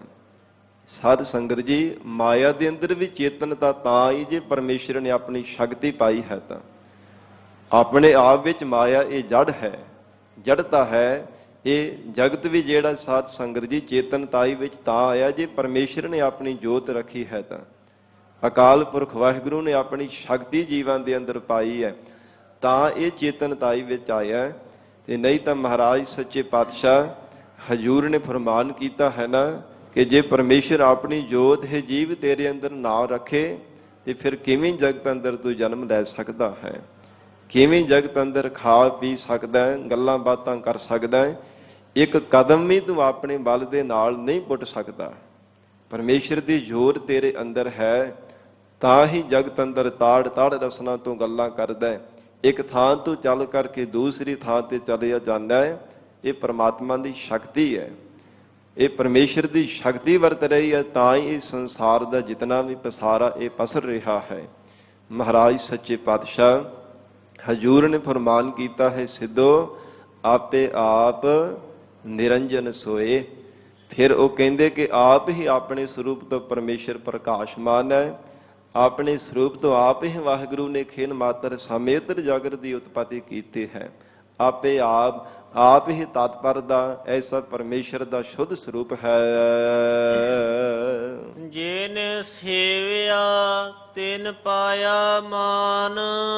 ਮਹਾਰਾਜ ਸੱਚੇ ਪਾਤਸ਼ਾਹ ਗਰੀਬ ਨਵਾਜ ਸਤਿਗੁਰੂ ਜੀ ਕਹਿੰਦੇ ਹੈ, ਸਿੱਧੋ ਜਿਨ੍ਹਾਂ ਨੇ ਪਰਮੇਸ਼ਰ ਨੂੰ ਸੇਵਿਆ ਭਜਨ ਕੀਤਾ ਹੈ, ਅਕਾਲ ਪੁਰਖ ਵਾਹਿਗੁਰੂ ਦੀ ਭਜਨ ਕਰਨ ਰੂਪੀ ਜਿਨ੍ਹਾਂ ਨੇ ਟਹਿਲ ਜੀਵਨ ਦੇ ਵਿੱਚ ਕਮਾਈ ਹੈ, ਤਿਨਾਂ ਨੂੰ ਪਰਮੇਸ਼ਰ ਨੇ ਮਾਣ ਬਖਸ਼ਿਸ਼ ਕੀਤਾ ਹੈ। ਕਿਹੋ ਜਿਹਾ ਮਾਣ ਬਖਸ਼ਿਆ? ਜਗਤ ਦੇ ਵਰਗਾ ਮਾਣ ਨਹੀਂ ਹੈ ਜਿਹੜੇ ਸੰਸਾਰ ਦੇ ਲੋਕ ਇੱਕ ਦੂਜੇ ਨੂੰ ਮਾਣ ਦਿੰਦੇ ਆ। ਪਰਮੇਸ਼ਰ ਨੇ ਸਾਧ ਸੰਗਤ ਜੀ ਅਟਲ ਰਹਿਣ ਵਾਲਾ, ਸਦਾ ਲਈ ਅਟਲ ਰਹਿਣ ਵਾਲਾ ਮਾਣ ਪਰਮੇਸ਼ਰ ਨੇ ਬਖਸ਼ਿਆ ਜਿਨ੍ਹਾਂ ਨੇ ਵਾਹਿਗੁਰੂ ਦੀ ਭਾਵ ਭਗਤੀ ਰੂਪ ਸੇਵਾ ਕੀਤੀ ਹੈ। ਭਗਤ ਭਾਵ ਜਿਨ੍ਹਾਂ ਨੇ ਪਿਆਰ ਦੇ ਵਿੱਚ ਭਿੱਜ ਕੇ ਪਰਮੇਸ਼ਰ ਦੀ ਭਗਤੀ ਕੀਤੀ, ਉਹਨਾਂ ਨੂੰ ਅਕਾਲ ਪੁਰਖ ਵਾਹਿਗੁਰੂ ਪਰਮੇਸ਼ਰ ਨੇ ਲੋਕ ਪਰਲੋਕ ਦੇ ਅੰਦਰ ਮਾਣ ਬਖਸ਼ਿਸ਼ ਕੀਤਾ ਹੈ। ਜਗਤ ਅੰਦਰ ਵੀ ਜੈ ਜੈਕਾਰ ਪਰਮੇਸ਼ਰ ਦੇ ਸਰੂਪ ਰੂਪੀ ਮਾਣ ਦੀ ਉਹਨਾਂ ਨੂੰ ਪ੍ਰਾਪਤੀ ਹੋ ਗਈ ਹੈ, ਜਿਨ੍ਹਾਂ ਨੇ ਪਰਮੇਸ਼ਰ ਨੂੰ ਭਾਵਨਾ ਦੇ ਨਾਲ ਭਜਨ ਰੂਪੀ ਸੇਵਾ ਕੀਤੀ ਹੈ। ਮਨ ਰੂਪੀ ਹੱਥਾਂ ਦੇ ਨਾਲ ਪਰਮੇਸ਼ਰ ਦੇ ਚਰਨਾਂ ਨੂੰ ਜਿਨ੍ਹਾਂ ਨੇ ਸਪਰਸ਼ ਕੀਤਾ ਹੈ, ਪਰਮੇਸ਼ਰ ਦੇ ਨਾਮ ਨੂੰ ਜਿਨ੍ਹਾਂ ਨੇ ਚਰਨ ਜਾਣ ਕਰਕੇ ਹਿਰਦੇ ਅੰਦਰ ਧਾਰਨ ਕੀਤਾ ਹੈ, ਚਿਤ ਚਰਨ ਨਾਮ। ਮਹਾਰਾਜ ਸੱਚੇ ਪਾਤਸ਼ਾਹ ਕਹਿੰਦੇ ਆ, ਉਹਨਾਂ ਗੁਰਮੁਖ ਪਿਆਰੇ ਵਡਭਾਗੇ ਪੁਰਖਾਂ ਨੇ ਪਰਮੇਸ਼ਰ ਦੇ ਦਰ ਤੋਂ ਮਾਣ ਪ੍ਰਾਪਤ ਕਰ ਲਿਆ ਹੈ। ਨਾਨਕ ਗਾਵੀਐ ਗੁਣੀ ਨਿਧਾਨ। ਮਹਾਰਾਜ ਸੱਚੇ ਪਾਤਸ਼ਾਹ ਕਹਿੰਦੇ ਹੈ, ਸਿੱਧੋ ਇਸ ਲਈ ਨਿਧਾਨ ਗੁਣਾਂ ਦੇ ਖਜ਼ਾਨੇ, ਭਗਤੀ ਦੇ ਭੰਡਾਰਿਆਂ ਦੇ ਖਜ਼ਾਨੇ ਵਾਲਾ ਜੋ ਪਰਮੇਸ਼ਰ ਹੈ, ਉਸ ਗੁਣੀ ਨਿਧਾਨ ਪਰਮੇਸ਼ਰ ਨੂੰ ਗਾਉਣਾ ਚਾਹੀਦਾ ਹੈ। ਨਾਨਕ ਗਾਵੀਐ ਗੁਣੀ ਨਿਧਾਨ। ਮਹਾਰਾਜ ਸੱਚੇ ਪਾਤਸ਼ਾਹ ਕਹਿੰਦੇ ਅਸੀਂ ਵੀ ਉਹ ਗੁਣਾਂ ਦੇ ਖਜ਼ਾਨੇ ਪਰਮੇਸ਼ਰ ਨੂੰ ਹੀ ਗਾਉਂਦੇ ਹਾਂ। ਜਿਸ ਪਰਮਾਤਮਾ ਦੇ ਘਰ ਦੇ ਵਿੱਚ ਅਖੁੱਟ ਖਜ਼ਾਨੇ ਹਨ, ਅਤੁੱਟ ਪਰਮਾਤਮਾ ਦੇ ਦਰ ਭੰਡਾਰੇ ਹੈ, ਕਦੇ ਨਹੀਂ ਟੋਟ ਆਵਦੇ, ਕਦੇ ਮੁੱਕਦੇ ਨਹੀਂ, ਕਦੇ ਘਾਟੇ ਵਿੱਚ ਨਹੀਂ ਜਾਵਦੇ। ਬੇਅੰਤ ਪਰਮੇਸ਼ਰ ਦੇ ਖਜ਼ਾਨੇ ਹਨ। ਉਸ ਪਰਮੇਸ਼ਰ ਵਾਹਿਗੁਰੂ ਦੇ ਗੁਣਾਂ ਨੂੰ ਗਾਵਣਾ ਚਾਹੀਦਾ ਹੈ। ਗਾਵੀਐ ਸੁਣੀਐ ਮਨ ਰੱਖੀਐ ਭਾਵ। ਤੇ ਫਿਰ ਸਿੱਧ ਕਹਿਣ ਲੱਗੇ ਹੈ, ਮਹਾਰਾਜ ਇਕੱਲਾ ਗਾਈ ਹੀ ਜਾਣਾ ਚਾਹੀਦਾ ਕਿ ਪਰਮੇਸ਼ਰ ਨੂੰ ਗਾਈ ਜਾਈਏ, ਗਾਈ ਜਾਈਏ। ਮਹਾਰਾਜ ਕਿਵੇਂ ਪਰਮੇਸ਼ਰ ਨੂੰ ਗਾਵਣਾ ਚਾਹੀਦਾ? ਸਤਿਗੁਰੂ ਜੀ ਕਹਿੰਦੇ ਹਨ, ਗਾਵੀਐ ਸੁਣੀਐ ਮਨ ਰੱਖੀਐ ਭਾਉ। ਹੇ ਸਿੱਧੋ ਜੇ ਪਰਮੇਸ਼ਰ ਨੂੰ ਗਾਉਣਾ ਹੈ, ਅਕਾਲ ਪੁਰਖ ਵਾਹਿਗੁਰੂ ਦੇ ਜਸ ਨੂੰ ਸੁਣਨਾ ਹੈ, ਤੇ ਮਨ ਦੇ ਅੰਦਰ ਭਾਉ ਪ੍ਰੇਮ ਧਾਰਨ ਕਰਨਾ ਚਾਹੀਦਾ। ਜੇ ਪਰਮੇਸ਼ਰ ਨੂੰ ਗਾਉਣਾ ਹੋਵੇ, ਚਾਹੇ ਕੰਨਾਂ ਦੇ ਨਾਲ ਪਰਮੇਸ਼ਰ ਦਾ ਜਸ ਸਰਵਣ ਕਰਨਾ ਹੋਵੇ, ਤੇ ਹਿਰਦੇ ਅੰਦਰ ਭਾਉ ਪ੍ਰੇਮ ਹੋਣਾ ਅਤਿਸ਼ੈ ਕਰਕੇ ਜ਼ਰੂਰੀ ਹੈ। ਕਿਉਂਕਿ ਸਾਧ ਸੰਗਤ ਜੀ, ਜਿੰਨੀ ਦੇਰ ਤੱਕ ਹਿਰਦੇ ਅੰਦਰ ਪ੍ਰੇਮ ਨਹੀਂ ਹੈ, ਫਿਰ ਹੰਕਾਰ ਦੀ ਸੜਾਂਦ ਆਉਣ ਲੱਗ ਪੈਂਦੀ ਹੈ। ਪ੍ਰੇਮ ਤੋਂ ਬਿਨਾਂ ਹੰਕਾਰ ਦੇ ਸਿੱਧ ਹੋ ਕਰਕੇ ਜੀਵ ਜਦੋਂ ਹੰਕਾਰੀ ਹੋ ਜਾਂਦਾ ਹੈ, ਫਿਰ ਮਹਾਰਾਜ ਸੱਚੇ ਪਾਤਸ਼ਾਹ ਕਹਿੰਦੇ ਕੀਤਾ ਹੋਇਆ ਜਪ ਤਪ ਫਲੀਭੂਤ ਨਹੀਂ ਹੁੰਦਾ। ਇਸ ਲਈ ਨਿਰਹੰਕਾਰ ਹੋ ਕੇ ਹਿਰਦੇ ਅੰਦਰ ਪ੍ਰੇਮ ਧਾਰਨ ਕਰਕੇ ਪਰਮੇਸ਼ਰ ਦਾ ਜਸ ਕਰੇ। ਅਕਾਲ ਪੁਰਖ ਪਰਮੇਸ਼ਰ ਬੇਅੰਤ ਰਹਿਮਤਾਂ ਕਰ ਦਿੰਦਾ ਹੈ। ਔਰ ਹਜੂਰ ਕਹਿੰਦੇ ਹਨ ਫਿਰ ਇਹ ਪੜ੍ਹ ਦੇਵੋ। ਗਾਵੀਐ ਸੁਣੀਐ ਮਨ ਰੱਖੀਐ ਭਾਉ। ਜਦੋਂ ਸਿੱਧ ਕਹਿੰਦੇ ਨੇ ਇਹ ਮਹਾਰਾਜ ਸੱਚੇ ਪਾਤਸ਼ਾਹ ਜੀ ਕੀ ਪ੍ਰਾਪਤ ਹੁੰਦਾ ਹੈ? ਕਹਿੰਦੇ ਹਨ ਗਾਵੀਐ। ਜੇ ਪਰਮੇਸ਼ਰ ਨੂੰ ਪ੍ਰੀਤ ਰੂਪ ਰਸਨਾ ਦੇ ਨਾਲ ਗਾਇਆ ਜਾਵੇ ਤੇ ਮਹਾਰਾਜ ਸੱਚੇ ਪਾਤਸ਼ਾਹ ਕਹਿੰਦੇ ਹਨ ਸੁਣੀਐ, ਸ਼ਰਧਾ ਵਿਸ਼ਵਾਸ ਰੂਪੀ ਕੰਨਾਂ ਦੇ ਨਾਲ ਸੁਣਿਆ ਜਾਵੇ। ਮਨ ਰੱਖੀਐ ਭਾਉ, ਤੇ ਮਨ ਹਿਰਦੇ ਦੇ ਅੰਦਰ ਪਰਮੇਸ਼ਰ ਦੇ ਸਰੂਪ ਨੂੰ ਵਿਚਾਰ ਕਰਕੇ ਹਿਰਦੇ ਅੰਦਰ ਠਾਣ ਕਰਕੇ ਸਥਿਤ ਕਰਕੇ ਰੱਖਿਆ ਜਾਵੇ। ਤੇ ਭਾਉ ਕਹਿੰਦੇ ਨੇ ਪ੍ਰਕਾਸ਼ ਨੂੰ, ਪਰਮੇਸ਼ਰ ਦੇ ਸਰੂਪ ਦਾ ਪ੍ਰਕਾਸ਼ ਹਿਰਦੇ ਅੰਦਰ ਹੋ ਜਾਂਦਾ ਹੈ। ਦੁਖ ਪਰ ਹਰ ਸੁਖ ਘਰ ਲੈ ਜਾਏ। ਇਹ ਮਹਾਰਾਜ ਸੱਚੇ ਪਾਤਸ਼ਾਹ ਜੇ ਭਾਵਨਾ ਦੇ ਨਾਲ ਪਰਮੇਸ਼ਰ ਨੂੰ ਗਾਵਾਂਗੇ, ਹਿਰਦੇ ਅੰਦਰ ਪ੍ਰੇਮ ਧਾਰਨ ਕਰਕੇ ਵਾਹਿਗੁਰੂ ਦਾ ਜਸ ਸੁਣਾਂਗੇ ਤੇ ਮਹਾਰਾਜ ਕੀ ਦਾਤ ਪ੍ਰਾਪਤ ਹੋਵੇਗੀ। ਸਤਿਗੁਰੂ ਜੀ ਕਹਿੰਦੇ ਹਨ ਦੁੱਖ ਪਰ ਹਰ ਸੁਖ ਘਰ ਲੈ ਜਾਏ। ਜਗਤ ਅੰਦਰ ਜੰਮਣ ਮਰਨ ਦੇ ਦੁੱਖ ਪਰ ਹਰ ਵਿਸ਼ੇਸ਼ ਕਰਕੇ ਨਿਵਰਤ ਕਰਕੇ ਸੁਖ ਸਰੂਪ ਜਗਤ ਦੇ ਅੰਦਰ ਸੁਖ ਲੈ ਕੇ ਵਾਹਿਗੁਰੂ ਦੇ ਸਰੂਪ ਰੂਪੀ ਘਰ ਦੇ ਵਿੱਚ ਚਲੇ ਜਾਵਾਂਗੇ। ਜੇ ਭਾਵਨਾ ਦੇ ਨਾਲ ਵਾਹਿਗੁਰੂ ਨੂੰ ਗਾਵਾਂਗੇ, ਪ੍ਰੇਮ ਦੀ ਸਹਿਤ ਹੋ ਕੇ ਵਾਹਿਗੁਰੂ ਦਾ ਜਸ ਸੁਣਾਂਗੇ, ਜਗਤ ਦੇ ਅੰਦਰ ਅਗਿਆਨ ਦੇ ਔਰ ਜੰਮਣ ਮਰਨ ਦੇ ਮਾਤਾ ਦੇ ਗਰਭ ਦੇ ਵਿੱਚ ਪੁੱਠੇ ਲਟਕਣ ਦੇ ਦੁੱਖਾਂ ਨੂੰ ਨਾਸ਼ ਕਰਕੇ ਸੁਖ ਸਰੂਪ ਦੀ ਪ੍ਰਾਪਤੀ ਕਰਕੇ ਵਾਹਿਗੁਰੂ ਦੇ ਵਿੱਚ ਅਭੇਦ ਹੋ ਜਾਵਾਂਗੇ। ਸਾਧ ਸੰਗਤ ਜੀ, ਕਿੰਨਾ ਵੱਡਾ ਮਹਾਤਮ ਹੈ ਪ੍ਰੇਮ ਦੀ ਸਹਿਤ ਹੋ ਕੇ ਜੋ ਪਰਮੇਸ਼ਰ ਨੂੰ ਗਾਉਣਾ ਹੈ, ਪ੍ਰੇਮ ਦੇ ਨਾਲ ਜੋ ਗੁਰਬਾਣੀ ਪੜ੍ਹਨੀ ਹੈ, ਪ੍ਰੇਮ ਦੇ ਨਾਲ ਸੇਵਾ ਸਿਮਰਨ ਕਰਨਾ ਬਹੁਤ ਵੱਡਾ ਮਹਾਤਮ ਹੈ। ਤਾਂ ਹੀ ਤਾਂ ਮਹਾਰਾਜ ਸੱਚੇ ਪਾਤਸ਼ਾਹ ਹਜੂਰ ਨੇ ਬਚਨ ਕੀਤੇ ਹੈ। ਕਹਿੰਦੇ ਹਨ ਕਿ ਜੇ ਹਿਰਦੇ ਅੰਦਰ ਪਿਆਰ ਹੋਵੇ ਤੇ ਸਾਧ ਸੰਗਤ ਜੀ, ਪ੍ਰੇਮ ਇੱਕ ਐਸਾ ਸਾਧਨ ਹੈ ਪਰਮੇਸ਼ਰ ਦੇ ਨਾਲ ਮਿਲਣ ਦਾ ਜੋ ਜਗਤ ਦੇ ਅੰਦਰ ਬਹੁਤੇ ਯਤਨ ਕਰਨ ਦੇ ਬਾਵਜੂਦ ਵੀ ਕਦੇ ਪ੍ਰਾਪਤ ਨਹੀਂ ਕੀਤਾ ਜਾ ਸਕਦਾ। ਜੇ ਕਹੇ ਕਿ ਧਨ ਬਦਲੇ, ਪਦਾਰਥਾਂ ਬਦਲੇ, ਕਿਸੇ ਵਸਤੂਆਂ ਦੇ ਬਦਲੇ ਪ੍ਰੇਮ ਇਹ ਪਦਾਰਥ ਮਿਲ ਜਾਵੇ, ਨਹੀਂ ਮਿਲ ਸਕਦਾ। ਅਮੋਲਕ ਦਾਤ ਹੈ ਪਰਮੇਸ਼ਰ ਦੇ ਚਰਨਾਂ ਦੇ ਪ੍ਰੇਮ ਲੱਗਣੇ ਦੀ। ਪਰਮਾਤਮਾ ਆਪ ਜਿਨ੍ਹਾਂ ਤੇ ਕਿਰਪਾ ਕਰਦਾ ਹੈ, ਮਹਾਰਾਜ ਸੱਚੇ ਪਾਤਸ਼ਾਹ ਹਜੂਰ ਕਹਿੰਦੇ ਉਹਨਾਂ ਸਿੱਖਾਂ ਦੇ ਹਿਰਦੇ ਅੰਦਰ ਵਾਹਿਗੁਰੂ ਦੇ ਚਰਨਾਂ ਦਾ ਪਿਆਰ ਲੱਗ ਜਾਂਦਾ ਹੈ। ਫਿਰ ਜਗਤ ਦੀ ਪ੍ਰੀਤ ਉਹਨਾਂ ਨੂੰ ਝੂਠੀ ਲੱਗਦੀ ਹੈ। ਸੰਸਾਰ ਸਾਰਾ ਨਾਸ਼ਵੰਤ ਜਾਣ ਕਰਕੇ ਕਿ ਜਗਤ ਸਾਰਾ ਹੀ ਸਵਾਰਥੀ ਹੈ। ਜਿੰਨੀ ਦੇਰ ਤੱਕ ਕੋਈ ਸਵਾਰਥ ਹੈ, ਓਨੀ ਦੇਰ ਤੱਕ ਨੇੜੇ ਟੋਕ ਕਰਕੇ ਬੈਠਦੇ ਨੇ। ਸੁਖ ਮਹਿ ਆਨ ਬਹੁਤ ਮਿਲ ਬੈਠਤ, ਰਹਿਤ ਚਾਹੂ ਦਿਸ ਘੇਰੈ, ਬਿਪਤ ਪਰੀ ਸਭ ਹੀ ਸੰਗ ਛਾੜਿਤ, ਕੋ ਨਾ ਆਵਤ ਨੇਰੈ। ਇਹੋ ਜਿਨ੍ਹਾਂ ਸਿੱਖਾਂ ਨੇ ਜਾਣਦੇ ਹੈ, ਜਿਨ੍ਹਾਂ ਵਡਭਾਗੇ ਜਗਿਆਸੂ ਜਨਾਂ ਨੇ ਹਿਰਦੇ ਅੰਦਰ ਨਿਸ਼ਚੈ ਕਰਕੇ ਠਾਣ ਲਿਆ ਕਿ ਜਗਤ ਸਾਰਾ ਹੀ ਸਵਾਰਥੀ ਹੈ। ਕੇਵਲ ਇੱਕ ਪਰਮਾਤਮਾ ਦੇ ਚਰਨਾਂ ਦਾ ਪਿਆਰ ਹੈ ਜੋ ਸਦਾ ਲਈ ਸੱਚਾ ਹੈ। ਜਿਨ੍ਹਾਂ ਭਗਤ ਜਨਾਂ ਨੇ ਜਾਣਿਆ, ਫਿਰ ਉਹਨਾਂ ਨੇ ਆਪ ਮੁਹਾਰੇ ਹੋ ਕੇ ਕਿਹਾ ਹੈ ਪਰਮਾਤਮਾ ਸਾਚੀ ਪ੍ਰੀਤ ਹਮ ਤੁਮ ਸਿਓ ਜੋਰੀ, ਤੁਮ ਸਿਓ ਜੋਰ ਅਵਰ ਸੰਗ ਤੋਰੀ। हे ਪਰਮੇਸ਼ਰ ਜੀ, ਆਪ ਜੀ ਦੇ ਚਰਨਾਂ ਦੀ ਸੱਚੀ ਪ੍ਰੀਤ ਮਹਾਰਾਜ ਜਾਣ ਕੇ ਆਪ ਦੇ ਚਰਨਾਂ ਦੇ ਨਾਲ ਅਸਾਂ ਨੇ ਪ੍ਰੀਤ ਪਾਈ ਹੈ। ਜਗਤ ਦਾ ਝੂਠਾ ਪਿਆਰ ਜਾਣ ਕੇ, ਜਗਤ ਨੂੰ ਨਾਸ਼ਵੰਤ ਜਾਣ ਕੇ ਮਹਾਰਾਜ ਸਭ ਨਾਲੋਂ ਪਿਆਰ ਤੋੜ ਕਰਕੇ ਤੁਹਾਡੇ ਚਰਨਾਂ ਦੇ ਨਾਲ ਪ੍ਰੇਮ ਪਾਇਆ ਹੈ। ਇਹ ਗੁਰਮੁਖ ਪਿਆਰੇ ਭਗਤ ਰਸਨਾ ਦੁਆਰਾ ਸਤਿਗੁਰੂ ਜੀ ਨੇ ਬਚਨ ਕੀਤੇ ਹਨ। ਮਹਾਰਾਜ ਸੱਚੇ ਪਾਤਸ਼ਾਹ ਇਸ ਲਈ ਹਜੂਰ ਨੇ ਫਰਮਾਨ ਕੀਤਾ, ਜਿੱਥੇ ਪਰਮੇਸ਼ਰ ਨੂੰ ਗਾਵਣਾ ਹੈ, ਪਰਮੇਸ਼ਰ ਦਾ ਜਸ ਸੁਣਨਾ ਹੈ, ਉਥੇ ਨਾਲ ਨਾਲ ਹਿਰਦੇ ਅੰਦਰ ਪ੍ਰੇਮ ਵੀ ਧਾਰਨ ਕਰਨਾ ਚਾਹੀਦਾ ਹੈ। ਇਹ ਤਾਤਪਰਜ ਇੱਥੇ ਸਮਝ ਲੈਣਾ ਕਿ ਮਹਾਰਾਜ ਸੱਚੇ ਪਾਤਸ਼ਾਹ ਸਾਨੂੰ ਕੀ ਉਪਦੇਸ਼ ਦੇ ਰਹੇ ਹੈ। ਅਗਲੇ ਦੂਸਰੇ ਅਰਥ ਦੇ ਵੀ ਸਿੱਖਾਂ ਦੀ ਬੇਨਤੀ ਕਰਨ ਤੇ ਵੀ ਸਤਿਗੁਰਾਂ ਨੇ ਉਪਦੇਸ਼ ਦੇਣਾ ਹੈ। ਇਹ ਸਿੱਧਾਂ ਦੀ ਪ੍ਰਥਾਈ ਸਤਿਗੁਰੂ ਜੀ ਉਚਾਰਨ ਕਰਕੇ ਬਖਸ਼ਿਸ਼ ਕਰਦੇ ਹੈ। ਇਹ ਸਿੱਧੋ ਜਗਤ ਅੰਦਰ ਜੰਮਣ ਮਰਨ ਤੋਂ ਰਹਿਤ ਹੋ ਕਰਕੇ ਸੁਖ ਸਰੂਪ ਦੀ ਪ੍ਰਾਪਤੀ ਕਰਕੇ ਵਾਹਿਗੁਰੂ ਵਿੱਚ ਅਭੇਦ ਹੋ ਜਾਈਦਾ ਹੈ। ਜੇ ਭਾਵਨਾ ਦੇ ਨਾਲ ਵਾਹਿਗੁਰੂ ਨੂੰ ਗਾਈਏ ਔਰ ਪਰਮੇਸ਼ਰ ਦਾ ਜਸ ਸੁਣਨਾ ਕਰੀਏ। ਗੁਰਮੁਖ ਨਾਦੰ ਗੁਰਮੁਖ ਵੇਦੰ।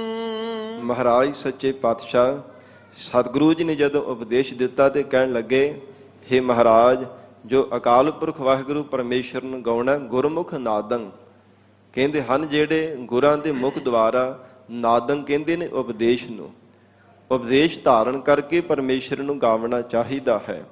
ਜਦੋਂ ਕਹਿਣ ਲੱਗੇ ਕਿ ਮਹਾਰਾਜ ਉਪਦੇਸ਼ ਤਾਂ ਵੇਦ ਵੀ ਦਿੰਦੇ ਐ, ਤੇ ਸਤਿਗੁਰੂ ਜੀ ਕਹਿੰਦੇ ਨੇ ਗੁਰਮੁਖ ਵੇਦੰ, ਗੁਰਾਂ ਦੇ ਮੁਖ ਦੇ ਵਿੱਚ ਹੀ ਵੇਦ ਇਹ ਰਚੇ ਹੋਏ ਹਨ, ਗੁਰਾਂ ਦੇ ਮੁਖ ਦੇ ਵਿੱਚ ਹੀ ਇਹ ਸਾਰੇ ਵੇਦ ਹੈ। ਹੇ ਸਿੱਧੂ, ਜਿਨ੍ਹਾਂ ਵੇਦਾਂ ਦੇ ਪ੍ਰਥਾਏ ਆਪ ਕਹਿੰਦੇ ਹੋ ਕਿ ਵੇਦ ਵੀ ਤਾਂ ਉਪਦੇਸ਼ ਹੀ ਦੇ ਰਹੇ ਐ।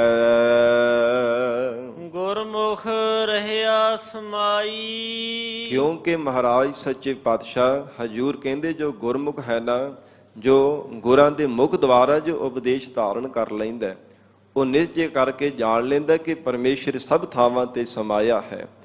ਅਥਵਾ ਧੰਨ ਗੁਰੂ ਨਾਨਕ ਦੇਵ ਸਾਹਿਬ ਮਹਾਰਾਜ ਕਹਿੰਦੇ ਹਨ, ਜੋ ਸ਼੍ਰੋਮਣੀ ਗੁਰੂ ਹੈ ਨਾ ਸਾਡਾ, ਜੋ ਪਰਮੇਸ਼ਰ ਅਕਾਲ ਪੁਰਖ ਵਾਹਿਗੁਰੂ ਗੁਰੂ ਹੈ, ਉਹ ਸਭ ਜੀਵਾਂ ਦੇ ਅੰਦਰ ਸਮਾ ਰਿਹਾ ਹੈ।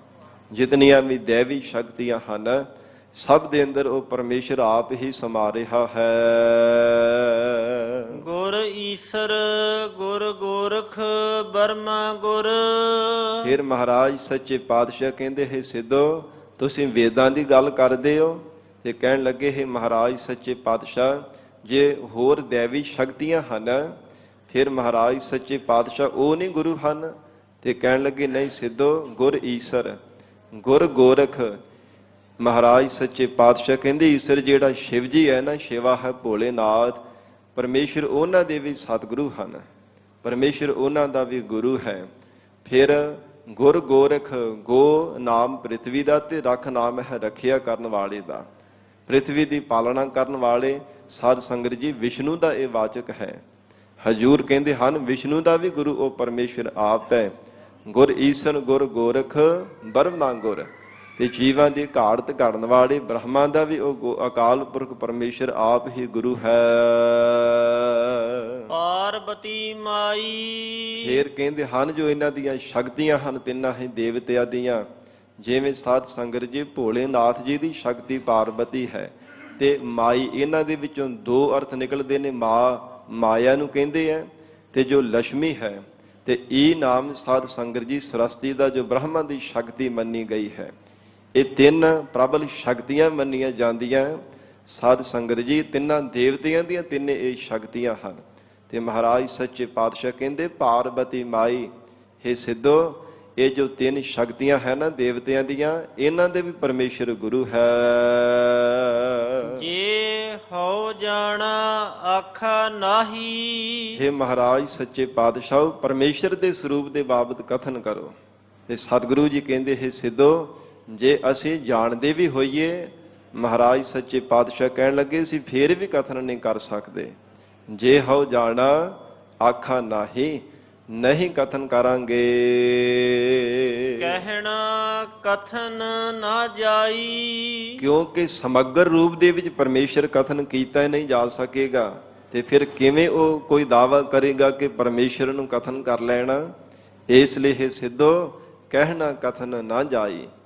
ਪਰਮੇਸ਼ਰ ਦੇ ਪੂਰੇ ਪੂਰੇ ਗੁਣਾਂ ਨੂੰ, ਪੂਰੀਆਂ ਵਡਿਆਈਆਂ ਨੂੰ, ਵਾਹਿਗੁਰੂ ਦੇ ਨਿਰਗੁਣ ਦੇ ਸਰੂਪ ਨੂੰ ਪੂਰੀ ਤਰ੍ਹਾਂ ਕੋਈ ਕਥਨ ਕਰ ਹੀ ਨਹੀਂ ਸਕਦਾ। ਗੁਰਾ ਇੱਕ ਦੇਹ 부ਝਾਈ। ਮਹਾਰਾਜ ਸੱਚੇ ਪਾਤਸ਼ਾਹ ਹਜੂਰ ਕਹਿਣ ਲੱਗੇ, ਹੈ ਸਿੱਧੋ, ਪਰਮੇਸ਼ਰ ਸਰੂਪ ਗੁਰੂ ਨੇ ਸਾਨੂੰ ਇਹ ਗੱਲ ਸਮਝਾਵਣਾ ਕੀਤੀ ਹੈ। ਸਭਨਾ ਜੀਆ ਕਾ ਇੱਕ ਦਾਤਾ। ਇਹ ਸਾਰੇ ਜਿਤਨੇ ਵੀ ਤਮਾਮ ਪੈਦਾ ਕੀਤੇ ਹੋਏ ਜੀਵ ਹਨ, ਸਭ ਜੀਵਾਂ ਦਾ ਦਾਤਾ ਪਰਮੇਸ਼ਰ ਹੈ। ਸਭ ਜੀਵਾਂ ਦਾ ਸ਼੍ਰੋਮਣੀ ਦਾਤਾ ਅਕਾਲ ਪੁਰਖ ਹੈ, ਜਿਸ ਨੇ ਆਪ ਹੀ ਜੀਵਾਂ ਨੂੰ ਪੈਦਾ ਕੀਤਾ, ਆਪ ਹੀ ਜੀਵਾਂ ਦੀ ਪਰਵਰਿਸ਼ ਕਰ ਰਿਹਾ ਹੈ। ਐਸਾ ਉਹ ਸ਼੍ਰੋਮਣੀ ਦਾਤਾ ਹੈ। ਭੱਟ ਜਨਾਂ ਦੀ ਰਸਨਾ ਦੁਆਰਾ ਗੁਰਬਾਣੀ ਵਿੱਚ ਬਚਨ ਆਉਂਦੇ ਆ ਨਾ, 84 ਲੱਖ ਜੋਨ ਉਪਾਈ, ਰਿਜਕ ਦੀਆ ਸਭ ਹੋ ਕਉ ਤਦ ਕਾ, ਸੇਵਕ ਕੈ ਭਰਪੂਰ ਜੁਗ ਜੁਗ, ਵਾਹਿਗੁਰੂ ਤੇਰਾ ਸਭ ਸਦਕਾ। ਮਹਾਰਾਜ ਸੱਚੇ ਪਾਤਸ਼ਾਹ ਕਹਿੰਦੇ, 84 ਲੱਖ ਜੂਨਾਂ ਨੂੰ ਪੈਦਾ ਕਰਕੇ ਫਿਰ ਸਭ ਦਾ ਫਿਕਰ ਕਰਨ ਵਾਲਾ ਉਹ ਪਰਮੇਸ਼ਰ ਆਪ ਹੈ। ਉਹ ਪਰਮੇਸ਼ਰ ਨੇ ਆਪ ਹੀ ਜੀਵਾਂ ਦੀ ਪਰਵਰਿਸ਼ ਪਾਲਣਾ ਕਰਨਾ ਕੀਤੀ ਸੀ, ਕਰ ਰਿਹਾ ਹੈ, ਆਉਣ ਵਾਲੇ ਸਮੇਂ ਵਿੱਚ ਵੀ ਕਰੇਗਾ। ਕਿੰਨਾ ਫਿਕਰ ਹੈ ਪਰਮਾਤਮਾ ਨੂੰ। ਸਾਧ ਸੰਗਤ ਜੀ, ਹਜ਼ੂਰ ਨੇ ਕਥਨ ਕੀਤਾ ਹੈ, ਕਹਿੰਦੇ ਨੇ ਜੀਵ ਦਾ ਜਨਮ ਬਾਅਦ ਵਿੱਚ ਹੁੰਦਾ ਹੈ। ਦੇਖੋ ਕਿੰਨਾ ਹੈ ਪਰਮੇਸ਼ਰ ਨੂੰ ਫਿਕਰ ਜੀਵਾਂ ਦਾ। ਜਗਤ ਅੰਦਰ ਜਨਮ ਬਾਅਦ ਵਿੱਚ ਜੀਵ ਦਾ ਹੁੰਦਾ ਹੈ, ਤੇ ਜੀਵ ਦੇ ਖਾਣ ਲਈ ਆਹਾਰ ਮਾਤਾ ਦੇ ਅਸਥਾਨਾਂ ਦੇ ਵਿੱਚ ਨੀਰ ਪਹਿਲਾਂ ਪਰਮੇਸ਼ਰ ਦੁੱਧ ਪੈਦਾ ਕਰ ਦਿੰਦਾ ਹੈ। ਐਸਾ ਉਹ ਪਰਮੇਸ਼ਰ ਫਿਕਰ ਮੰਨਦਾ ਹੈ। ਇਸ ਲਈ ਹਜ਼ੂਰ ਨੇ ਕਥਨ ਕੀਤਾ, ਪਹਿਲੋ ਦੇ ਤੈ ਰਿਜਕ ਸੰਭਾਹਾ, ਪਿੱਛੋਂ ਦੇ ਤੈ ਜੰਤ ਉਪਾਹਾ। ਹੇ ਪ੍ਰਮਾਤਮਾ, ਖਾਣ ਦੇ ਲਈ ਪਰਮੇਸ਼ਰ ਆਹਾਰ ਪਹਿਲਾਂ ਆਪ ਜੀਵਾਂ ਦਾ ਪੈਦਾ ਕਰਦੇ ਹੋ, ਜਗਤ ਅੰਦਰ ਜੀਵਾਂ ਦੀ ਉਤਪਤੀ ਬਾਅਦ ਵਿੱਚ ਕਰਦੇ। ਕਿੰਨਾ ਪਰਮਾਤਮਾ ਨੂੰ ਫਿਕਰ ਹੈ। ਪੰਜਵੇਂ ਪਾਤਸ਼ਾਹ ਸਤਿਗੁਰੂ ਅਰਜਨ ਦੇਵ ਸਾਹਿਬ ਮਹਾਰਾਜ ਜੀ ਦੇ ਬਚਨ ਪੜ੍ਹਦੇ ਹਾਂ, ਸੈਲ ਪੱਥਰ ਮਹਿ ਜੰਤ ਉਪਾਏ, ਤਾ ਕਾ ਰਿਜਕ ਆਗੈ ਕਰ ਧਰਿਆ। ਪੱਥਰਾਂ ਦੇ ਵਿੱਚ ਵੀ ਜੀਵਾਂ ਨੂੰ ਪੈਦਾ ਕਰਕੇ ਉੱਥੇ ਉਹਨਾਂ ਦੇ ਖਾਣ ਦੇ ਲਈ ਆਹਾਰ ਪਰਮੇਸ਼ਰ ਨੇ ਦੇਣਾ ਕੀਤਾ। ਕਿੰਨਾ ਪਰਮਾਤਮਾ ਨੂੰ ਫਿਕਰ ਹੈ। ਭਗਤ ਧੰਨਾ ਜੀ ਨੇ ਇੱਥੇ ਹੀ ਸਿਧਾਂਤ ਨੂੰ ਕਥਨ ਕੀਤਾ, ਕਹਿੰਦੇ ਹਨ, ਪਾਖਣ ਕੀਟ ਗੁਪਤ ਹੋਏ ਰਹਿਤਾ, ਤਾ ਚੋ ਮਾਰਗ ਨਾਹੀ। ਪੱਥਰ ਦੇ ਵਿੱਚ ਕਹਿੰਦੇ ਕੀੜਾ ਬੰਦ ਹੈ, ਨਾ ਬਾਹਰ ਜਾਣ ਵਾਸਤੇ ਰਸਤਾ ਤੇ ਨਾ ਅੰਦਰ ਪ੍ਰਵੇਸ਼ ਹੋਣ ਦੇ ਵਾਸਤੇ ਰਸਤਾ, ਚਾਰੇ ਪਾਸਿਓਂ ਬੰਦ ਹੈ। ਪਾਖਣ ਕੀਟ ਗੁਪਤ ਹੋਏ ਰਹਿਤਾ, ਤਾ ਚੋ ਮਾਰਗ ਨਾਹੀ। ਕਹੈ ਧੰਨਾ ਪੂਰਨ ਤਾਹੂ ਕੋ, ਮਤ ਰੇ ਜੀ ਡਰਾਹੇ। ਹੇ ਜੀਵ, ਤੂੰ ਕਿਉਂ ਆਪਣੇ ਮਨ ਵਿੱਚ ਡਰ ਧਾਰਨ ਕਰਦਾ ਹੈ? ਪਰਮੇਸ਼ਰ ਤਾਂ ਪੱਥਰਾਂ ਦੇ ਵੀ ਜੀਵਾਂ ਨੂੰ ਪੈਦਾ ਕਰਕੇ ਆਹਾਰ ਦੇ ਜਾਂਦਾ ਹੈ। ਫਿਰ ਹੈ ਜੀਵ, ਤੇਰੇ ਕਿਉਂ ਮਨ ਦੇ ਵਿੱਚ ਇੱਕ ਸ਼ੰਕਾ ਹੈ? ਤੇਰੇ ਮਨ ਦੇ ਵਿੱਚ ਕਿਉਂ ਇਹ ਰੋਸ ਹੈ ਕਿ ਮੈਨੂੰ ਸੰਸਾਰ ਦੇ ਅੰਦਰ ਪਤਾ ਨਹੀਂ ਕਿਵੇਂ ਮੇਰੀ ਪਰਵਰਿਸ਼ ਹੋਵੇਗੀ, ਕਿਵੇਂ ਪਰਿਵਾਰ ਦਾ ਗੁਜ਼ਾਰਾ ਚੱਲੇਗਾ? ਸਭ ਦੀ ਪਰਵਰਿਸ਼ ਕਰਨ ਵਾਲਾ ਪਰਮੇਸ਼ਰ ਆਪ ਹੈ। ਇਸ ਲਈ ਮਹਾਰਾਜ ਸੱਚੇ ਪਾਤਸ਼ਾਹ ਹਜ਼ੂਰ ਨੇ ਫਰਮਾਨ ਕੀਤਾ, ਹੇ ਸਿੱਧੋ, ਸਾਨੂੰ ਇਹ ਪਰਮੇਸ਼ਰ ਗੁਰੂ ਨੇ ਇਹ ਗੱਲ ਸਮਝਾਵੀ ਹੈ, ਸਭਨਾ ਜੀਆ ਕਾ ਇੱਕ ਦਾਤਾ। ਸਭ ਜੀਵਾਂ ਦਾ ਇੱਕੋ ਹੀ ਪਰਮੇਸ਼ਰ ਸ਼੍ਰੋਮਣੀ ਦਾਤਾ ਹੈ। ਸਭ ਜੀਵਾਂ ਨੂੰ ਸਮੇਂ ਸਿਰ ਜੋ ਰਿਜ਼ਕ ਪਹੁੰਚਾ ਰਿਹਾ ਹੈ। ਸੋ ਮੈਂ ਵਿਸਰ ਨਾ ਜਾਈ। ਮਹਾਰਾਜ ਸੱਚੇ ਪਾਤਸ਼ਾਹ ਕਹਿੰਦੇ ਇਹੋ ਹੀ ਬਾਰ-ਬਾਰ ਜੋਦੜੀਆਂ ਕਰਨੀਆਂ ਚਾਹੀਦੀਆਂ ਕਿ ਸੋ ਉਹ ਪਰਮੇਸ਼ਰ ਜਿਹੜਾ ਸ਼੍ਰੋਮਣੀ ਦਾਤਾ ਹੈ, ਸ਼ੁੱਧ ਸਰੂਪ ਹੈ, ਸੁਤੰਤਰ ਹੈ, ਕਿਸੇ ਦੇ ਅਧੀਨ ਨਹੀਂ ਹੈ, ਕਿਸੇ ਦਾ ਜਾਇਆ ਨਹੀਂ ਹੈ, ਕਿਸੇ ਦਾ ਸਥਿਤ ਕੀਤਾ ਹੋਇਆ ਨਹੀਂ ਹੈ। ਸੋ ਉਹ ਅਕਾਲ ਪੁਰਖ ਪਰਮੇਸ਼ਰ ਸਾਨੂੰ ਕਦੇ ਵਿਸਰੇ ਨਾ। ਸੋ ਮੈਂ ਵਿਸਰ ਨਾ ਜਾਈ। ਧੰਨ ਗੁਰੂ ਨਾਨਕ ਦੇਵ ਸਾਹਿਬ ਮਹਾਰਾਜ ਕਹਿੰਦੇ ਉਹ ਸਾਨੂੰ ਕਦੇ ਵਿਸਰਦਾ ਨਹੀਂ ਹੈ। ਐਸਾ ਉਹ ਪਰਮੇਸ਼ਰ ਹੈ। ਸੋ ਫਿਰ ਇਸੇ ਪ੍ਰਕਾਰ ਹੀ ਪੌੜੀ ਪੜੋ ਜੀ। ਥਾਪਿਆ ਨਾ ਜਾਏ। ਹੁਣ ਸਿੱਖ ਬੇਨਤੀ ਕਰ ਰਹੇ ਨੇ ਸਤਿਗੁਰੂ ਜੀ ਦੇ ਚਰਨਾਂ ਵਿੱਚ, ਹੇ ਮਹਾਰਾਜ ਸੱਚੇ ਪਾਤਸ਼ਾਹ ਜੀ, ਅਕਾਲ ਪੁਰਖ ਵਾਹਿਗੁਰੂ ਜੀ ਦਾ ਸਰੂਪ ਕਿਵੇਂ ਦਾ ਹੈ? ਹਜ਼ੂਰ ਨੇ ਕਥਨ ਕੀਤਾ, ਥਾਪਿਆ ਨਾ ਜਾਏ। ਹੇ ਸਿੱਖੋ, ਕੋਈ ਦਾਅਵਾ ਕਰਕੇ ਨਹੀਂ ਆਖ ਸਕਦਾ ਕਿ ਪਰਮੇਸ਼ਰ ਇਹੋ ਜਿਹਾ ਹੀ ਹੈ। ਕਿਸੇ ਦੇ ਸਮਸਤ ਨਹੀਂ ਕਥਨ ਕੀਤਾ ਜਾ ਸਕਦਾ ਨਿਰਗੁਣ ਸਰੂਪ ਦੇ ਅੰਦਰ ਕਿ ਪਰਮਾਤਮਾ ਆਪ ਜੀ ਦਾ ਇਹੋ ਜਿਹਾ ਸਰੂਪ ਹੈ। ਹੇ ਪਰਮੇਸ਼ਰ, ਅਜਿਹੀ ਆਪ ਜੀ ਦੀ ਰੂਪ ਰੇਖਾ ਹੈ, ਅਜਿਹੀ ਜਾਤ ਹੈ, ਕੁਝ ਕਥਨ ਕੀਤਾ ਹੀ ਨਹੀਂ ਜਾ ਸਕਦਾ। ਜਿਵੇਂ ਦੈਵੀ ਸ਼ਕਤੀਆਂ ਨੂੰ ਰੱਬ ਮੰਨਿਆ, ਮਹਾਰਾਜ ਸੱਚੇ ਪਾਤਸ਼ਾਹ ਇਹੋ ਨਹੀਂ ਕਥਨ ਕੀਤਾ ਜਾ ਸਕਦਾ ਕਿ ਬ੍ਰਹਮਾ ਵਰਗਾ ਹੀ ਪਰਮੇਸ਼ਰ ਹੈ। ਨਿਰਗੁਣ ਸਰੂਪ ਦੇ ਅੰਦਰ ਚਾਰ ਮੂੰਹਾਂ ਵਾਲਾ ਉਹ ਪਰਮੇਸ਼ਰ ਹੈ, ਜਾਂ ਫਿਰ ਚਾਰ ਚਾਰ ਭੁਜਾਵਾਂ ਵਾਲਾ ਉਹ ਪਰਮੇਸ਼ਰ ਹੈ, ਜਾਂ ਤਿੰਨ ਤਿੰਨ ਨੇਤਰਾਂ ਵਾਲਾ ਭੋਲੇਨਾਥ ਸ਼ਿਵ ਜੀ ਵਰਗਾ ਪਰਮੇਸ਼ਰ ਹੈ। ਨਹੀਂ, ਕੁਝ ਕਥਨ ਕੀਤਾ ਹੀ ਨਹੀਂ ਜਾ ਸਕਦਾ। ਥਾਪਿਆ ਨਾ ਜਾਏ, ਨਹੀਂ ਕੋਈ ਸਥਿਤ ਕਰ ਸਕਦਾ, ਦਾਅਵਾ ਨਹੀਂ ਕੋਈ ਵੀ ਕਰ ਸਕਦਾ ਕਿ ਪਰਮੇਸ਼ਰ ਅਜਿਹਾ ਹੀ ਹੈ। ਕੀਤਾ ਨਾ ਹੋਏ। ਮਹਾਰਾਜ ਸੱਚੇ ਪਾਤਸ਼ਾਹ ਕਹਿੰਦੇ ਹੈ, ਸਿੱਖੋ, ਕਿਵੇਂ ਕੋਈ ਦਾਅਵਾ ਕਰ ਲਵੇਗਾ? ਪਰਮੇਸ਼ਰ ਨੇ ਆਪਣੇ ਜੈਸਾ ਕੋਈ ਦੂਜਾ ਪੈਦਾ ਕੀਤਾ ਹੀ ਨਹੀਂ। ਜੇ ਕੋਈ ਪਰਮੇਸ਼ਰ ਨੇ ਆਪਣੇ ਜੈਸਾ ਕੋਈ ਪੈਦਾ ਕੀਤਾ ਹੋਵੇ ਤਾਂ ਹੀ ਕੋਈ ਕਥਨ ਕਰ ਸਕੇਗਾ ਨਾ। ਜੋ ਪਰਮੇਸ਼ਰ ਜੈਸਾ ਸਮਸਤ ਇਨ ਬਿਨ ਇੱਕੋ ਜਿਹਾ ਹੋਵੇ, ਉਨੀਆਂ ਸ਼ਕਤੀਆਂ ਵਾਲਾ ਹੋਵੇ, ਉਨੀ ਸਮਰੱਥਾ ਵਾਲਾ ਹੋਵੇ, ਤੇ ਤਾਂ ਹੀ ਕੋਈ ਪੂਰਾ ਪੂਰਾ ਕਥਨ ਕਰ ਸਕੇਗਾ। ਤਾਂ ਹੀ ਕੋਈ ਪਰਮੇਸ਼ਰ ਦੇ ਨਾਲ ਉਸ ਜਗਤ ਦੇ ਅੰਦਰ ਜੀਵ ਦੀ ਕਿਸੇ ਦੈਵੀ ਸ਼ਕਤੀ ਦੇ ਨਾਲ ਤੁਲਨਾ ਕਰਕੇ ਪਰਮੇਸ਼ਰ ਦੀ ਸਮਸਤਤਾ ਕਥਨ ਕਰ ਸਕੇਗਾ। ਕੋਈ ਹੈ ਨਹੀਂ। ਤੇ ਇਸ ਲਈ ਮਹਾਰਾਜ ਸੱਚੇ ਪਾਤਸ਼ਾਹ ਕਹਿੰਦੇ ਪੂਰਾ ਕਥਨ ਵੀ ਕੀਤਾ ਨਹੀਂ ਜਾ ਸਕਦਾ। ਆਪੇ ਆਪ ਨਿਰੰਜਨ ਸੋਏ। ਉਹ ਪਰਮੇਸ਼ਰ ਆਪ ਹੀ ਜਗਤ ਰੂਪ ਹੈ ਅਤੇ ਆਪ ਹੀ ਉਹ ਪਰਮੇਸ਼ਰ ਨਿਰਗੁਣ ਸਰੂਪ ਹੈ। ਆਪ ਹੀ ਸਰਗੁਣ ਸਰੂਪ ਹੈ ਅਤੇ ਆਪ ਹੀ ਨਿਰਗੁਣ ਸਰੂਪ ਹੈ। ਆਪ ਹੀ ਤਤਪਰ ਦਾ ਅਲੱਖ ਸਰੂਪ ਹੈ ਪਰਮੇਸ਼ਰ, ਤੇ ਆਪ ਹੀ ਪਰਮੇਸ਼ਰ ਜਗਤ ਅੰਦਰ ਸੁਧ ਸਰੂਪ ਹੈ। ਹਜੂਰ ਕਹਿੰਦੇ ਹਨ, ਜਿੱਥੇ ਜੀਵ ਰੂਪ ਹੋ ਕੇ ਪਰਮੇਸ਼ਰ ਵਰਤ ਰਿਹਾ ਹੈ ਆਪੇ ਆਪ, ਉੱਥੇ ਉਹ ਆਤਮਾ ਰੂਪ ਵੀ ਪਰਮੇਸ਼ਰ ਆਪ ਹੈ। ਕਿਉਂਕਿ ਹਜੂਰ ਦੇ ਬਚਨ ਪੜ੍ਹਦੇ ਹਨ, ਕਰਨ ਕਾਰਨ ਪ੍ਰਭ ਏਕ ਹੈ, ਦੂਸਰ ਨਾਹੀ ਕੋਏ, ਨਾਨਕ ਤਿਸ ਬਲਿਹਾਰਣੈ, ਜਲ ਥਲ ਮਹੀਅਲ ਸੋਏ। ਪਰਮੇਸ਼ਰ ਆਪ ਹੀ ਕਾਰਨ ਰੂਪ ਹੈ ਤੇ ਆਪ ਹੀ ਕਾਰਨਾਂ ਨੂੰ ਕਰਨ ਵਾਲਾ ਉਹ ਕਾਰਜ ਸਰੂਪ ਹੈ। ਸਾਰਾ ਜਗਤ ਪਰਮੇਸ਼ਰ ਦਾ ਕਾਰਜ ਰੂਪ ਹੈ ਤੇ ਆਪ ਉਹ ਪਰਮੇਸ਼ਰ ਕਾਰਨ ਰੂਪ ਹੋ ਕਰਕੇ ਆਪੇ ਆਪ ਹੋ ਕਰਕੇ ਵਰਤ ਰਿਹਾ ਹੈ। ਇਸ ਲਈ ਹਜੂਰ ਕਹਿੰਦੇ ਹਨ, ਇਹ ਸਿੱਖੋ, ਕੋਈ ਕਥਨ ਨਹੀਂ ਕਰ ਸਕਦਾ। ਐਸਾ ਉਹ ਪਰਮੇਸ਼ਰ ਦਾ ਸਰੂਪ ਹੈ। ਨਿਰੰਜਨ ਮਾਇਆ ਦੀ ਮੈੜ ਤੋਂ ਸੁਧ ਵਾਹਿਗੁਰੂ ਦੇ ਤਤ ਪਦ ਲਖ ਅਰਥ ਸਰੂਪ ਨੂੰ ਜਾਣਨਾ ਕਰੋ। ਜਿਨ ਸੇਵਿਆ ਤਿਨ ਪਾਇਆ ਮਾਨ। ਮਹਾਰਾਜ ਸੱਚੇ ਪਾਤਸ਼ਾਹ ਕਹਿੰਦੇ, ਜਿਨ੍ਹਾਂ ਨੇ ਸਤਿਗੁਰੂ ਜੀ ਦੀ ਸੇਵਾ ਕੀਤੀ ਹੈ ਤਿਨਾਂ ਨੇ ਲੋਕ ਪਰਲੋਕ ਦੇ ਵਿੱਚ ਸੱਚਾ ਮਾਣ ਪ੍ਰਾਪਤ ਕੀਤਾ ਹੈ।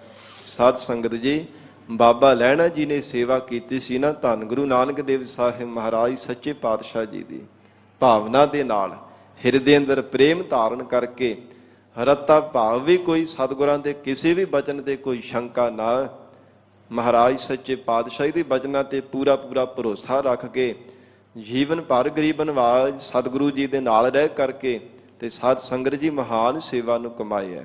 ਫਿਰ ਮਾਣ ਕਿਹੋ ਜਿਹਾ ਪ੍ਰਾਪਤ ਕੀਤਾ? ਕਿਸੇ ਦੁਨੀਆ ਦਾ ਅਹੁਦੇ ਦਾ ਮਾਣ ਨਹੀਂ, ਦੁਨੀਆ ਦੇ ਕਿਸੇ ਤਖਤ ਦਾ ਮਾਣ ਨਹੀਂ, ਜੁਗੋ ਜੁਗ ਅਟੱਲ ਰਹਿਣ ਵਾਲਾ ਮਾਣ ਪ੍ਰਾਪਤ ਕੀਤਾ ਧੰਨ ਸਤਿਗੁਰੂ ਅੰਗਦ ਦੇਵ ਸਾਹਿਬ ਮਹਾਰਾਜ ਸੱਚੇ ਪਾਤਸ਼ਾਹ ਜੀ ਨੇ। ਜਿਨ ਸੇਵਿਆ ਤਿਨ ਪਾਇਆ ਮਾਨ। ਇਹ ਸਾਧ ਸੰਗਤ ਜੀ ਗੁਰੂ ਘਰ ਦੀ ਮਰਜ਼ਾਦਾ ਹੈ। ਇਹਦਾ ਅਨਵੇਂ ਅਰਥ ਕਰਕੇ ਇਉਂ ਵੀ ਅਰਥ ਬਣਦਾ ਹੈ, ਜਿਨ ਸੇਵਿਆ ਤਿਨ ਪਾਇਆ ਮਾਨ। ਅਮਾਨ ਕਹਿੰਦੇ ਨੇ ਨਿਮਰਤਾ ਨੂੰ। ਉਹਨਾਂ ਨੇ ਮਾਣ ਤੋਂ ਰਹਿਤ ਹੋ ਕਰਕੇ ਨਿਮਰਤਾ ਹਿਰਦੇ ਅੰਦਰ ਧਾਰਨ ਕਰ ਲਈ, ਜਿਨ੍ਹਾਂ ਨੇ ਭਾਵਨਾ ਦੇ ਨਾਲ ਸਤਿਗੁਰੂ ਜੀ ਦੀ ਸੇਵਾ ਕੀਤੀ ਹੈ, ਜਿਨ੍ਹਾਂ ਨੇ ਗਰੀਬ ਨਿਵਾਜ ਮਹਾਰਾਜ ਸੱਚੇ ਪਾਤਸ਼ਾਹੀ ਨੂੰ ਭਾਵਨਾ ਦੇ ਨਾਲ ਯਾਦ ਕੀਤਾ ਹੈ। ਗੁਰੂ ਕਾ ਬਚਨ ਮੰਨਣ ਰੂਪ ਜਿਨ੍ਹਾਂ ਨੇ ਜੀਵਨ ਦੇ ਅੰਦਰ ਟਹਿਲ ਕਮਾ ਲਈ, ਤਿਨਾਂ ਨੇ ਸਾਧ ਸੰਗਤ ਜੀ ਵਾਹਿਗੁਰੂ ਦਾ ਸਰੂਪ ਰੂਪੀ ਮਾਣ ਹੀ ਪ੍ਰਾਪਤ ਕਰ ਲਿਆ ਹੈ। ਜਿਵੇਂ ਬਾਬਾ ਲਹਿਣਾ ਜੀ ਨੂੰ ਸਤਿਗੁਰੂ ਜੀ ਨੇ ਆਪਣਾ ਅੰਗ ਬਣਾ ਲਿਆ, ਆਪਣਾ ਹੀ ਸਰੂਪ ਮਹਾਰਾਜ ਸੱਚੇ ਪਾਤਸ਼ਾਹ ਜੀ ਨੇ ਬਖਸ਼ਿਸ਼ ਕੀਤਾ ਹੈ। ਭਾਵੇਂ ਸਾਧ ਸੰਗਤ ਜੀ ਕਿੰਨੀਆਂ ਕਸਵੱਟੀਆਂ ਲਾਈਆਂ, ਗਰੀਬ ਨਿਵਾਜ ਸਤਿਗੁਰੂ ਅੰਗਦ ਦੇਵ ਸਾਹਿਬ ਮਹਾਰਾਜ ਹਰ ਕਸਵੱਟੀ ਵਿੱਚ ਪੂਰੇ ਹੀ ਉਤਰਦੇ ਰਹੇ ਹੈ। ਸੰਗਤ ਦੇ ਸਾਹਮਣੇ ਮਹਾਰਾਜ ਸੱਚੇ ਪਾਤਸ਼ਾਹ ਜੀ ਨੇ ਸਭ ਸਿੱਖਾਂ ਦੇ ਸਾਹਮਣੇ ਹਜੂਰ ਨੇ ਕੋਈ ਵੀ ਬਚਨ ਕਰਨਾ ਤੇ ਪਹਿਲਾਂ ਹੀ ਕਮਰ ਕੱਸਾ ਕਰਕੇ ਰੱਖਣਾ ਕਿ ਕਿਤੇ ਦੇਰੀ ਨਾ ਲੱਗ ਜਾਵੇ। ਮਹਾਰਾਜ ਸੱਚੇ ਪਾਤਸ਼ਾਹੀ ਦੀ ਮਹਾਨ ਗੁਰੂ ਚਰਨਾਂ ਦੀ ਸੇਵਾ ਕਮਾਈ, ਇਸ ਲਈ ਜੁਗੋ ਜੁਗ ਅਟੱਲ ਰਹਿਣ ਵਾਲਾ ਗੁਰਤਾ ਗੱਦੀ ਦਾ ਮਾਣ ਪ੍ਰਾਪਤ ਕੀਤਾ। ਤੇ ਸਤਿਗੁਰੂ ਜੀ ਉਪਦੇਸ਼ ਦਿੰਦੇ ਹੈ, ਹੇ ਸਿੱਖੋ, ਜਿਨ ਸੇਵਿਆ ਤਿਨ ਮਾਇਆ ਮਾਨ। ਜੋ ਵੀ ਭਾਵਨਾ ਦੇ ਨਾਲ ਕੋਈ ਸੇਵਾ ਕਰ ਲਵੇਗਾ ਨਾ ਸਤਿਗੁਰੂ ਜੀ ਦੇ ਚਰਨਾਂ ਦੀ, ਉਹ ਲੋਕ ਪਰਲੋਕ ਦੇ ਵਿੱਚ ਮਾਣ ਪ੍ਰਾਪਤ ਕਰੇਗਾ। ਫਿਰ ਧਰਮ ਰਾਜਾ ਉਹਨਾਂ ਨੂੰ ਉੱਥੇ ਓਏ ਓਏ ਕਰਕੇ ਨਹੀਂ ਪੁਕਾਰੇਗਾ। ਉਹ ਧਰਮ ਰਾਜਾ ਹਰੇ ਰੇ ਦਰਗਹ ਕਹਿ ਨਾ ਕੋ, ਆਓ ਬੈਠ ਆਦਰ ਸੁਭ ਦੇਵ। ਫਿਰ ਤਾਂ ਮਹਾਰਾਜ ਸੱਚੇ ਪਾਤਸ਼ਾਹ ਕਹਿੰਦੇ ਆਦਰ ਮਾਣ ਸਤਿਕਾਰ ਹੀ ਪ੍ਰਾਪਤ ਹੋਣਾ ਜੇ ਭਾਵਨਾ ਦੇ ਨਾਲ ਸਤਿਗੁਰੂ ਜੀ ਦੀ ਸੇਵਾ ਕਰੋਗੇ। ਨਾਨਕ ਗਾਵੀਐ ਗੁਣੀ ਨਿਧਾਨ। ਮਹਾਰਾਜ ਸੱਚੇ ਪਾਤਸ਼ਾਹ ਕਹਿੰਦੇ ਹਨ, ਹੈ ਸਿੱਖੋ, ਜੋ ਗੁਣਾਂ ਦਾ ਖਜ਼ਾਨਾ ਅਕਾਲ ਪੁਰਖ ਪਰਮੇਸ਼ਰ ਹੈ, ਉਸ ਵਾਹਿਗੁਰੂ ਨੂੰ ਸਭ ਖਜ਼ਾਨਿਆਂ ਦਾ ਮਾਲਕ ਜਾਣ ਕਰਕੇ, ਸਭ ਖਜ਼ਾਨਿਆਂ ਦੀਆਂ ਦਾਤਾਂ ਦੇਣ ਵਾਲਾ, ਸ਼ੁਭ ਗੁਣਾਂ ਦੇ ਭਾਵ ਭਗਤੀ ਦੇ ਖਜ਼ਾਨੇ ਬਖਸ਼ਿਸ਼ ਕਰਨ ਵਾਲਾ ਜਾਣ ਕੇ ਵਾਹਿਗੁਰੂ ਨੂੰ ਗਾਵਣਾ ਚਾਹੀਦਾ ਹੈ। ਨਾਨਕ ਗਾਵੀਐ ਗੁਣੀ ਨਿਧਾਨ। ਜਿਸ ਪਰਮੇਸ਼ਰ ਨੇ ਜਗਿਆਸੂਆਂ ਦੇ ਹਿਰਦੇ ਅੰਦਰ ਸ਼ੁਭ ਗੁਣਾਂ ਰੂਪ ਖਜ਼ਾਨੇ ਬਖਸ਼ਿਸ਼ ਕੀਤੇ ਹਨ, ਜਿਸ ਪ੍ਰਮਾਤਮਾ ਨੇ ਭਾਵ ਭਗਤੀ ਰੂਪ ਭੰਡਾਰੇ ਪਰਮੇਸ਼ਰ ਨੇ ਬਖਸ਼ੇ ਹੈ, ਹਜੂਰ ਕਹਿੰਦੇ ਗਾਵੀਐ। ਤਿਨਾਂ ਨੇ ਪਰਮੇਸ਼ਰ ਨੂੰ ਗਾਇਆ ਹੈ। ਕਿਹਨਾਂ ਨੇ ਵਾਹਿਗੁਰੂ ਨੂੰ ਗਾਇਆ? ਜਿਨ੍ਹਾਂ ਦੇ ਹਿਰਦੇ ਅੰਦਰ ਪਰਮਾਤਮਾ ਨੇ ਸ਼ੁਭ ਗੁਣਾਂ ਦੇ ਭਾਵ ਭਗਤੀ ਦੇ ਭੰਡਾਰੇ ਬਖਸ਼ੇ ਹਨ। ਗਾਵੀਐ ਸੁਣੀਐ ਮਨ ਰਖੀਐ ਭਾਉ। ਤੇ ਮਹਾਰਾਜ ਸੱਚੇ ਪਾਤਸ਼ਾਹ ਗਾਉਣਾ ਕਿਵੇਂ ਪਰਮੇਸ਼ਰ ਨੂੰ ਚਾਹੀਦਾ ਹੈ। ਹਜੂਰ ਕਹਿੰਦੇ ਹਨ, ਹੇ ਸਿੱਖੋ, ਜਦੋਂ ਪਰਮੇਸ਼ਰ ਨੂੰ ਗਾਉਣਾ ਹੈ ਨਾ, ਰਸਨਾ ਰੂਪੀ ਪ੍ਰੀਤ ਦੇ ਨਾਲ ਪਰਮੇਸ਼ਰ ਨੂੰ ਗਾਉਣਾ ਚਾਹੀਦਾ ਹੈ। ਪ੍ਰੀਤ ਰੂਪੀ ਰਸਨਾ ਦੇ ਨਾਲ ਵਾਹਿਗੁਰੂ ਨੂੰ ਗਾਵੋ, ਫਿਰ ਸ਼ਰਧਾ ਵਿਸ਼ਵਾਸ ਰੂਪੀ ਕੰਨਾਂ ਦੇ ਨਾਲ ਵਾਹਿਗੁਰੂ ਦੇ ਜਸ ਨੂੰ ਸੁਣੋ ਤੇ ਮਨ ਰੱਖੀਐ। ਮਨ ਹਿਰਦੇ ਅੰਦਰ ਰੱਖਣ ਰੂਪ ਕਹਿੰਦੇ ਹਨ ਪਰਮੇਸ਼ਰ ਦੇ ਅਕਾਲ ਪੁਰਖ ਵਾਹਿਗੁਰੂ ਦੇ ਸਰੂਪ ਨੂੰ ਹਿਰਦੇ ਅੰਦਰ ਧਾਰਨ ਕਰਨਾ ਕਰੋ। ਮਨ ਰੱਖੀਐ, ਮਨ ਦੇ ਅੰਦਰ ਵਸਾਵਣਾ ਕਰੋ ਤੇ ਰੱਖੀਐ ਜੀਵਨ ਦੇ ਅੰਦਰ, ਫਿਰ ਉਹ ਕਮਾਈ ਨਿਧ ਆਸਣ ਕਮਾਈ ਕਰਨਾ ਕਰੋ। ਸ਼ਰਵਣ ਮੰਨਣ ਨਿਧ ਆਸਣ, ਇਹ ਸਾਧ ਸੰਗਤ ਜੀ ਪਰਮਾਰਥ ਦੇ ਰਸਤੇ ਤੇ ਚੱਲਣ ਵਾਲੇ ਜਗਿਆਸੂ ਜਨ ਧਾਰਨ ਕਰਦੇ ਹੈ।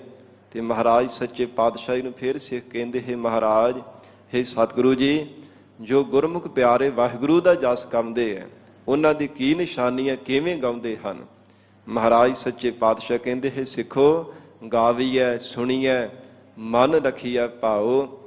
ਉਹ ਗੁਰਮੁਖ ਪਿਆਰੇ ਜਦੋਂ ਗਾਉਂਦੇ ਆ ਨਾ ਰਸਨਾ ਨਾਲ, ਤੇ ਸ਼ਰਧਾ ਵਿਸ਼ਵਾਸ ਰੂਪੀ ਕੰਨਾਂ ਦੇ ਨਾਲ ਸੁਣਦੇ ਹੈ ਜਦੋਂ ਗਾਉਂਦੇ ਆ। ਕਿਉਂਕਿ ਇਹ ਸਾਧ ਸੰਗਤ ਜੀ ਜੋ ਪਰਮੇਸ਼ਰ ਦੇ ਮਾਰਗ ਤੇ ਚੱਲਣਾ ਹਨ, ਭਾਵ ਭਗਤੀ ਦੇ ਮਾਰਗ ਤੇ, ਪਹਿਲਾ ਸਾਧਨ ਇਹੋ ਹੀ ਹੈ ਕਿ ਰਸਨਾ ਦੇ ਨਾਲ ਗਾਵਣਾ, ਕੰਨਾਂ ਦੇ ਨਾਲ ਫਿਰ ਸੁਣਨਾ। ਇਹਦੇ ਨਾਲ ਮਨ ਦੀ ਇਕਾਗਰਤਾ ਛੇਤੀ ਬਣ ਜਾਂਦੀ ਹੈ। ਮਨ ਛੇਤੀ ਵਸੀਕਾਰ ਹੋਣ ਲੱਗ ਪੈਂਦਾ ਜਦੋਂ ਰਸਨਾ ਤੋਂ ਬੋਲ ਕੇ ਗਾਇਆ ਜਾਂਦਾ ਹੈ ਤੇ ਸਾਧ ਸੰਗਤ ਜੀ ਕੰਨਾਂ ਦੇ ਨਾਲ ਸੁਣਿਆ ਜਾਂਦਾ, ਫਿਰ ਧਿਆਨ ਸੁਦੇ ਹੀ ਟਿਕਣ ਲੱਗ ਪੈਂਦਾ ਹੈ। ਇਸ ਲਈ ਮਹਾਰਾਜ ਸੱਚੇ ਪਾਤਸ਼ਾਹ ਕਹਿੰਦੇ, ਗੁਰਮੁਖਾਂ ਦੀ ਨਿਸ਼ਾਨੀ ਗਾਉਣੇ ਦੀ ਗਾਵੀ ਹੈ ਸੁਣੀ ਹੈ। ਜਿੱਥੇ ਗਾਉਂਦੇ ਹੈ ਉੱਥੇ ਨਾਲ ਨਾਲ ਆਪ ਸੁਣਦੇ ਵੀ ਹਨ। ਮਨ ਰੱਖੀਐ ਭਾਉ, ਤੇ ਮਨ ਦੇ ਹਿਰਦੇ ਦੇ ਅੰਦਰ ਫਿਰ ਕਹਿੰਦੇ ਨਾਲ ਦੇ ਨਾਲ ਪ੍ਰੇਮ ਵੀ ਧਾਰਨ ਕਰਕੇ ਰੱਖਦੇ ਹਨ। ਦੁਖ ਪਰ ਹਰ ਸੁਖ ਘਰ ਲੈ ਜਾਏ। ਤਿੰਨਾਂ ਗੁਰਮੁਖ ਪਿਆਰੇ ਗੁਰ ਸਿੱਖਾਂ ਨੇ ਮਹਾਰਾਜ ਸੱਚੇ ਪਾਤਸ਼ਾਹ ਕਹਿੰਦੇ, ਹੈ ਸਿੱਖੋ, ਇਹਨਾਂ ਨੇ ਜਗਤ ਅੰਦਰ ਅਗਿਆਨ ਦੇ ਦੁੱਖਾਂ ਨੂੰ ਭੰਨ ਦਿੱਤਾ ਹੈ, ਪਰ ਹਰ ਵਿਸ਼ੇਸ਼ ਕਰਕੇ ਆਪਣੇ ਤੋਂ ਦੂਰ ਕਰ ਦਿੱਤਾ ਹੈ। ਫਿਰ ਸੁਖ ਕੀ ਹੈ? ਗਿਆਨ। ਗਿਆਨ ਸਰੂਪ ਸੁਖ ਨੂੰ ਪਾਕ ਕਰਕੇ ਤੇ ਘਰ ਵਾਹਿਗੁਰੂ ਦੇ ਸਰੂਪ ਰੂਪੀ ਘਰ ਦੇ ਵਿੱਚ ਚਲੇ ਗਏ ਹਨ। ਗੁਰਮੁਖ ਨਾਦੰ ਗੁਰਮੁਖ ਵੇਦੰ। ਇਹ ਮਹਾਰਾਜ ਸੱਚੇ ਪਾਤਸ਼ਾਹ ਗੁਰਮੁਖ ਪਿਆਰੇ ਕਿਵੇਂ ਪਰਮੇਸ਼ਰ ਨੂੰ ਗਾਉਂਦੇ ਹਨ। ਹਜੂਰ ਕਹਿਣ ਲੱਗੇ, ਗੁਰਮੁਖ ਨਾਦੰ। ਨਾਦੰ ਕਹਿੰਦੇ ਨੇ ਸ਼ਬਦ ਨੂੰ, ਸ਼ਬਦ ਭਾਵ ਉਪਦੇਸ਼। ਸਤਿਗੁਰਾਂ ਦੇ ਮੁਖ ਦੁਆਰਾ ਗੁਰਮੁਖਾਂ ਨੇ ਉਪਦੇਸ਼ ਧਾਰਨ ਕੀਤਾ ਹੈ। ਜੋ ਮਹਾਰਾਜ ਸੱਚੇ ਪਾਤਸ਼ਾਹ ਨੇ ਨਾਦੰ ਉਪਦੇਸ਼ ਉਚਾਰਿਆ ਹੈ, ਸਤਿਗੁਰਾਂ ਨੇ ਸ਼ਬਦ ਹਜੂਰ ਨੇ ਉਚਾਰਨ ਕੀਤਾ ਹੈ। ਵੇਦੰ ਗੁਰਮੁਖ ਪਿਆਰਿਓ ਦੀ ਫਿਰ ਵੇਦੰ ਵਿਚਾਰ ਕਰਦੇ ਹਨ। ਗੁਰਮੁਖਾਂ ਦੀ ਇਹ ਸਾਧ ਸੰਗਤ ਜੀ ਜੀਵਨ ਹੈ, ਉਹਨਾਂ ਦੀ ਅਵਸਥਾ ਹੈ ਕਿ ਜੋ ਸਤਿਗੁਰਾਂ ਨੇ ਉਪਦੇਸ਼ ਦੇਣਾ, ਹਜੂਰ ਨੇ ਜੋ ਹੁਕਮ ਕੀਤਾ, ਉਹਦੀ ਫਿਰ ਹਿਰਦੇ ਅੰਦਰ ਵਿਚਾਰ ਕਰਦੇ ਹਨ। ਗੁਰਮੁਖ ਰਹਿਆ ਸਮਾਈ। ਤੇ ਫਿਰ ਵਿਚਾਰ ਕਰਕੇ ਗੁਰਮੁਖ ਪਿਆਰੇ ਵਾਹਿਗੁਰੂ ਦੇ ਸਰੂਪ ਦੇ ਵਿੱਚ ਰਹਿੰਦੇ ਸਮਾਏ ਰਹਿੰਦੇ ਹਨ।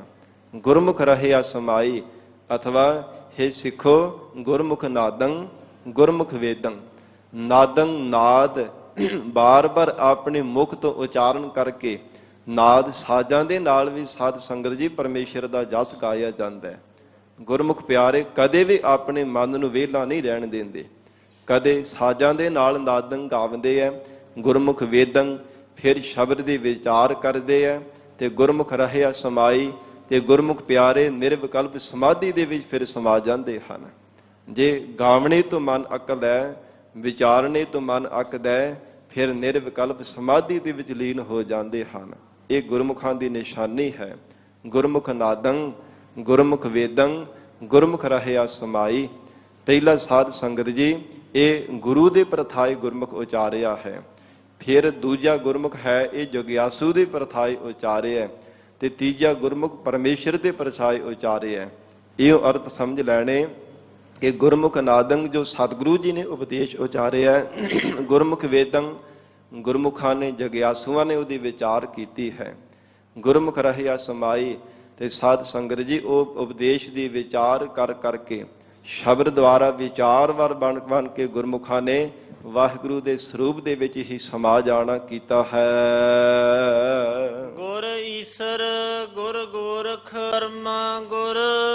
ਫਿਰ ਕਹਿਣ ਲੱਗੇ, ਸਿੱਧਾਂ ਨੇ ਇਹ ਵੀ ਸਵਾਲ ਕੀਤਾ ਸੀਗਾ ਤੇ ਮਹਾਰਾਜ ਸੱਚੇ ਪਾਤਸ਼ਾਹ ਇਹ ਸਿੱਖਾਂ ਦੇ ਤਾਈ ਵੀ ਇਹ ਮਿਲਾ ਕੇ ਸਾਧ ਸੰਗਤ ਜੀ ਅਰਥ ਸਮਝ ਲੈਣਾ ਕਿ ਜਦੋਂ ਸਿੱਧ ਕਹਿੰਦੇ ਹੈ ਮਹਾਰਾਜ ਸੱਚੇ ਪਾਤਸ਼ਾਹ ਧੰਨ ਗੁਰੂ ਨਾਨਕ ਦੇਵ ਸਾਹਿਬ ਮਹਾਰਾਜ ਪਰਮੇਸ਼ਰ ਤੋਂ ਬਿਨਾਂ ਵੀ ਆਪ ਦੇਵੀ ਸ਼ਕਤੀ ਇਹਨੂੰ ਵੀ ਗੁਰੂ ਸਮਝਦੇ ਹੋ? ਤੇ ਕਹਿਣ ਲੱਗੇ, ਹਾਂ ਸਿੱਧੋ, ਗੁਰਮੁਖ ਨਾਦੰ ਗੁਰਮੁਖ ਵੇਦੰ ਗੁਰਮੁਖ ਰਹਿਆ ਸਮਾਈ। ਜਿਨ੍ਹਾਂ ਗੁਰਮੁਖਾਂ ਨੇ ਨਾਦ ਸ਼ਬਦ ਦੇ ਵਿਚਾਰ ਕਰਕੇ ਪਰਮੇਸ਼ਰ ਦੇ ਵੀ ਸਮਾ ਜਾਣਾ ਕੀਤਾ ਤੇ ਇਹਨਾਂ ਨੇ ਨਿਸ਼ਚੈ ਕਰਕੇ ਜਾਣਿਆ ਕਿ ਅਕਾਲ ਪੁਰਖ ਵਾਹਿਗੁਰੂ ਜੋ ਪਰਮੇਸ਼ਰ ਗੁਰੂ ਹੈ, ਉਹ ਕਹਿੰਦੇ ਹਨ ਗੁਰਮੁਖ ਨਾਦੰ, ਜਿਨ੍ਹਾਂ ਨੇ ਵਿਚਾਰ ਕੀਤੀ ਸ਼ਬਦ ਦੀ। ਫਿਰ ਅਗਲੀ ਪੰਕਤੀ ਪੜ੍ਹ ਦੇਵੋ।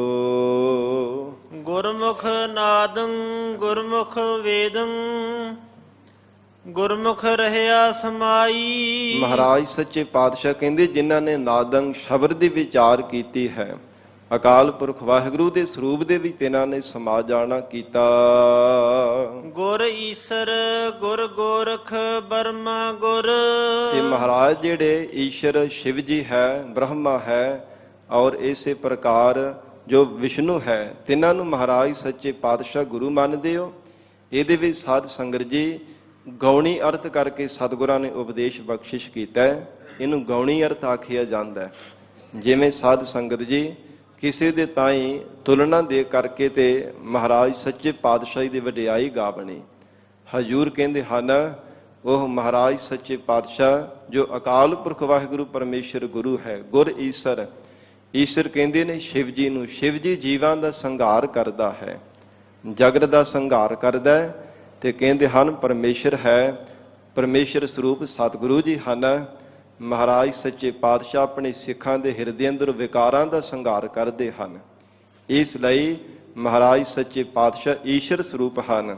ਅਤੇ ਗੁਰ ਗੋਰਖ, ਗੋ ਰਖ, ਗੋਰਾਂ ਦੀ ਰੱਖਿਆ ਕਰਨ ਵਾਲਾ ਜੋ ਪ੍ਰਿਥਵੀ ਦੀ ਕੌਣ ਹੈ? ਵਿਸ਼ਨੂੰ। ਵਿਸ਼ਨੂੰ ਜੀਵਾਂ ਦੀ ਕਹਿੰਦੇ ਹਨ ਕਿ ਰੱਖਿਆ ਕਰਦਾ ਹੈ।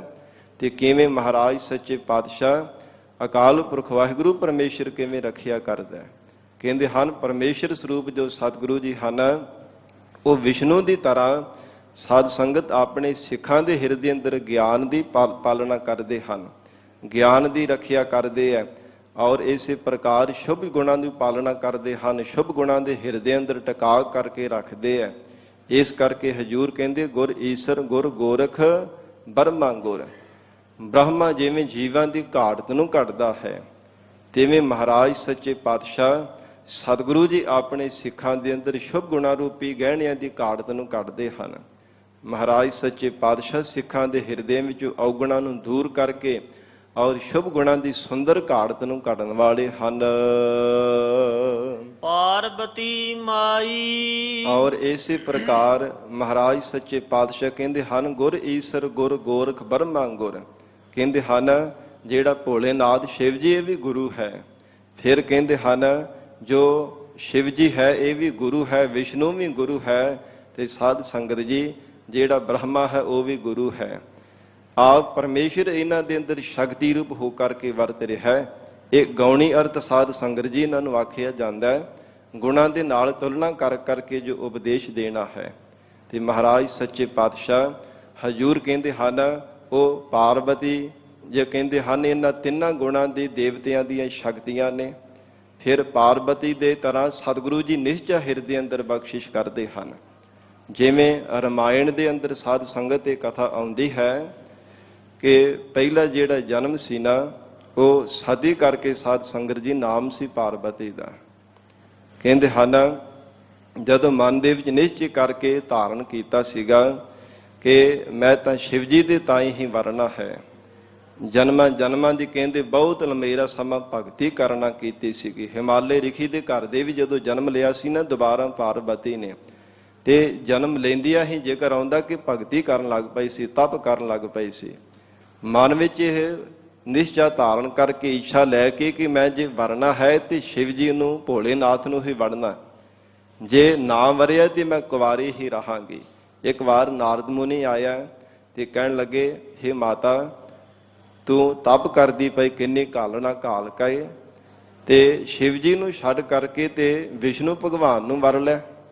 ਉਹ ਸ਼ਿਵ ਜੀ ਤਾਂ ਅੱਕ ਧਤੂਰਾ ਖਾਂਦਾ, ਗਲ ਦੇ ਵਿੱਚ ਖੱਪਰਾਂ ਦੀਆਂ ਮਾਲਾ ਪਾਉਂਦਾ ਤੇ ਬਹਿੰਦਾ ਵੀ ਸ਼ਮਸ਼ਾਨ ਭੂਮੀ 'ਚ, ਉਹਨੂੰ ਕਿਉਂ ਤੂੰ ਵਰਨਾ ਹੈ। ਤੇ ਅੱਗੋਂ ਸਾਧ ਸੰਗਤ ਦੇ ਬਚਨ ਆਉਂਦੇ, ਕਹਿਣ ਲੱਗੇ ਜਨਮ ਜਨਮ ਕੀ ਰਗਰ ਹਮਾਰੀ, ਜੇ ਵਰੂ ਤੇ ਕਹਿੰਦੇ ਸ਼ੰਭੂ ਨੂੰ ਵਰਾਂਗ ਨਾ ਤਰਹੁ ਕੁਮਾਰੀ। ਜੇ ਕਹਿੰਦੀ ਕਿ ਵਰਨਗੀ ਤਾਂ ਮੈਂ ਸ਼ੰਭੂ ਭੋਲੇਨਾਥ ਨੂੰ ਵਰਨਾ, ਨਹੀਂ ਤੇ ਕੁਵਾਰੀ ਹੀ ਰਹਾਂਗੀ। ਨਿਸ਼ਚਾ ਕਿੰਨਾ ਭਰੋਸਾ ਕਿੰਨਾ ਧਾਰਨ ਕਰਕੇ ਰੱਖਿਆ। ਜਨਮਾਂ ਜਨਮਾਂ ਦੀ ਭਗਤੀ ਕਰਨਾ ਕੀਤੀ, ਕੇਵਲ ਇੱਕ ਭੋਲੇਨਾਥ ਤੇ ਹੀ ਕਹਿੰਦੇ ਨਿਸ਼ਚਾ ਰੱਖਿਆ। ਸੋ ਇਸ ਪ੍ਰਕਾਰ ਸਤਿਗੁਰੂ ਜੀ ਕਹਿੰਦੇ ਹਨ, ਹੇ ਸਿੱਖੋ ਪਾਰਬਤੀ ਕਹਿੰਦੇ ਹਨ ਇਹ ਸ਼ਕਤੀ ਦੀ ਤਰ੍ਹਾਂ ਮਹਾਰਾਜ ਸੱਚੇ ਪਾਤਸ਼ਾਹ ਸਿੱਖਾਂ ਦੇ ਹਿਰਦੇ ਅੰਦਰ ਭਰੋਸਾ ਬਖਸ਼ਿਸ਼ ਕਰਨ ਵਾਲੇ ਹਨ, ਨਿਸ਼ਚਾ ਦੇਣ ਵਾਲੇ ਹੈ। ਜਿਨ੍ਹਾਂ ਸਿੱਖਾਂ ਦੇ ਹਿਰਦੇ ਅੰਦਰ ਨਿਸ਼ਚਾ ਦਿੱਤਾ ਮਹਾਰਾਜ ਸੱਚੇ ਪਾਤਸ਼ਾਹ ਜੀ ਨੇ, ਇੱਕ ਪਰਮੇਸ਼ਰ ਤੋਂ ਬਿਨਾਂ ਹੋਰ ਕਿਸੇ ਨੂੰ ਪਾਉਣ ਦੀ ਕੋਈ ਚਾਹਤ ਰੱਖਦੇ ਹੀ ਨਹੀਂ ਹੈ।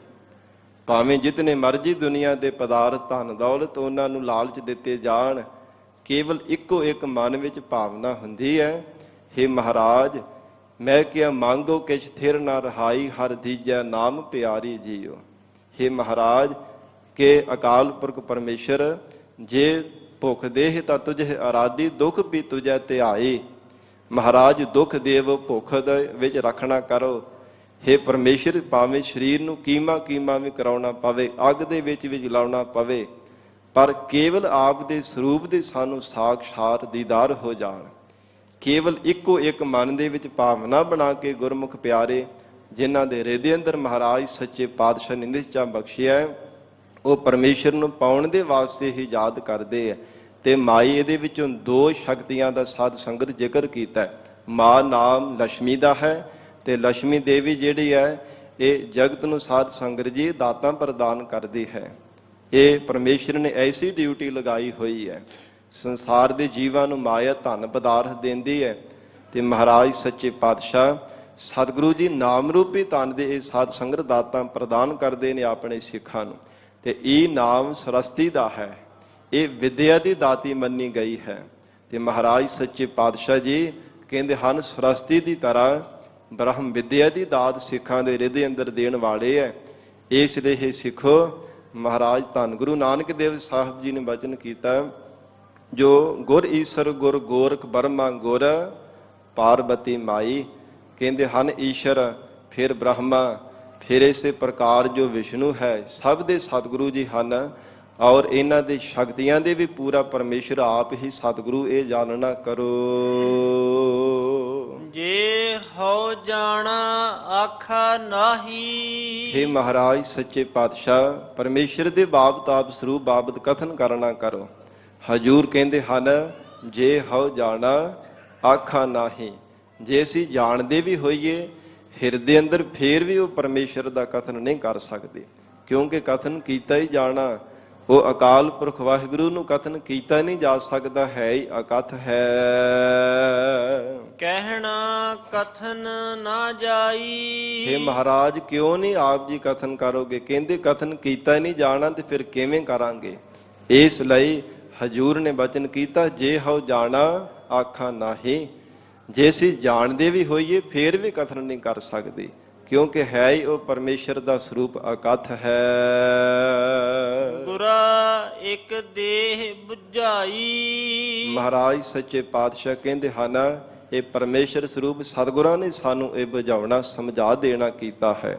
ਅਥਵਾ ਗੁਰਾ ਇੱਕ ਦੇਹ ਬੁਝਾਈ, ਪੂਰੇ ਸਤਿਗੁਰੂ ਜੀ ਨੇ ਜਿਨ੍ਹਾਂ ਨੂੰ ਇਹ ਤਾਤ ਪਰਜ ਬੁਝਾ ਦਿੱਤਾ ਹੈ, ਵਾਹਿਗੁਰੂ ਦਾ ਸਰੂਪ ਜਿਨ੍ਹਾਂ ਨੂੰ ਸਮਝਾ ਦਿੱਤਾ ਹੈ। ਸਭਨਾ ਜੀਆ ਕਾ ਇੱਕ ਦਾਤਾ।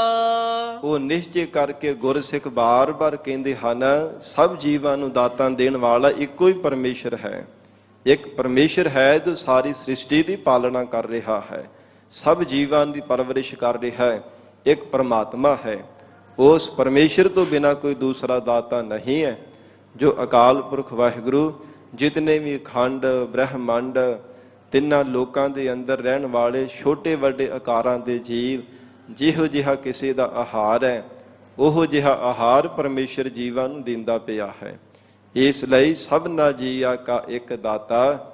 ਮਹਾਰਾਜ ਸੱਚੇ ਪਾਤਸ਼ਾਹ ਕਹਿਣ ਲੱਗੇ ਹੈ ਸਿੱਖੋ ਜਿਨ੍ਹਾਂ ਦੇ ਹਿਰਦੇ ਅੰਦਰ ਪੂਰੇ ਸਤਿਗੁਰੂ ਜੀ ਨੇ ਇਹ ਤਾਤ ਪਰਜ ਸਮਝਾ ਦਿੱਤਾ ਹੈ, ਇਹ ਗੱਲ ਨਿਸ਼ਚੈ ਕਰਕੇ ਠਾਣ ਕਰਾ ਦਿੱਤੀ, ਦ੍ਰਿੜ ਕਰ ਦਿੱਤੀ ਹੈ। ਉਹਨਾਂ ਨੇ ਜਾਣਿਆ ਕਿ ਉਹ ਵਾਹਿਗੁਰੂ ਸਭ ਜੀਵਾਂ ਨੂੰ ਆਪ ਹੀ ਦਾਤਾਂ ਦੇ ਰਿਹਾ ਹੈ। ਸੋ ਮੈਂ ਵਿਸਰ ਨਾ ਜਾਈ। ਉਹ ਸਿੱਖ ਬਾਰ-ਬਾਰ ਬੇਨਤੀਆਂ ਕਰਦੇ ਨੇ, ਹੇ ਮਹਾਰਾਜ ਉਹ ਪ੍ਰਮਾਤਮਾ ਸਾਨੂੰ ਵਿਸਰੇ ਨਾ, ਸੋ ਮੈਂ ਵਿਸਰ ਨਾ ਜਾਈ। ਉਹ ਪਰਮੇਸ਼ਰ ਸਾਨੂੰ ਕਦੇ ਵਿਸਰਦਾ ਨਹੀਂ ਹੈ। ਜਿਸ ਪਰਮੇਸ਼ਰ ਨੇ ਸਾਨੂੰ ਕਿੰਨੀਆਂ ਦਾਤਾਂ ਦਿੱਤੀਆਂ, ਸਾਨੂੰ ਵੀ ਵਾਹਿਗੁਰੂ ਨੇ ਬੇਅੰਤ ਦਾਤਾਂ ਦਿੱਤੀਆਂ ਨੇ, ਕੋਈ ਅੰਤ ਪਾਇਆ ਨਹੀਂ ਜਾ ਸਕਦਾ। ਇਹ ਭਾਵਨਾ ਦੇ ਨਾਲ ਗੁਰਸਿੱਖ ਪਰਮੇਸ਼ਰ ਦੇ ਗੁਣਾਂ ਨੂੰ ਯਾਦ ਕਰਦੇ ਹਨ, ਪਰਮੇਸ਼ਰ ਦੀਆਂ ਬਖਸ਼ੀਆਂ ਹੋਈਆਂ ਦਾਤਾਂ ਨੂੰ ਜਾਣ ਕਰਕੇ ਅਕਾਲ ਪੁਰਖ ਪਰਮਾਤਮਾ ਜੀ ਦਾ ਸ਼ੁਕਰਾਨਾ ਕਰਦੇ ਆ। ਮਹਾਰਾਜ ਸੱਚੇ ਪਾਤਸ਼ਾਹ ਸਤਿਗੁਰੂ ਜੀ ਕਿਰਪਾ ਕਰਨ, ਪਾਵਨ ਉਪਦੇਸ਼ ਸਾਡੇ ਹਿਰਦਿਆਂ ਅੰਦਰ ਵਸ ਜਾਵੇ, ਗੁਰੂ ਬਚਨਾਂ ਦੀ ਕਮਾਈ ਕਰਕੇ ਜੀਵਨ ਸਫਲਾ ਬਣਾ ਸਕੀਏ ਜੀ। ਇਤਨਾ ਹੀ ਸਮਾਂ ਹਾਜ਼ਰੀ ਪ੍ਰਵਾਨ ਕਰਨੀ, ਗੁਰਬਾਣੀ ਦੀ ਵਿਚਾਰ ਕਰਦਿਆਂ ਹੋਈਆਂ ਬੇਅੰਤ ਭੁੱਲਾਂ ਦੀ ਖਿਮਾ। ਸਤਿਗੁਰੂ ਜੀ ਆਪ ਸੰਗਤ ਬਖਸ਼ਣਹਾਰ ਹੋ, ਬਖਸ਼ ਲੈਣਾ, ਅਗਾਹ ਵਾਸਤੇ ਅਸੀਸ ਪਿਆਰ ਬਖਸ਼ਿਸ਼ ਕਰਨਾ ਜੀ। ਦੇਹੋ ਸੱਜਣ ਅਸੀਸੜਿਆ, ਜਿਉ ਹੋਵੈ ਸਾਹਿਬ ਸਿਓ ਮੇਲ।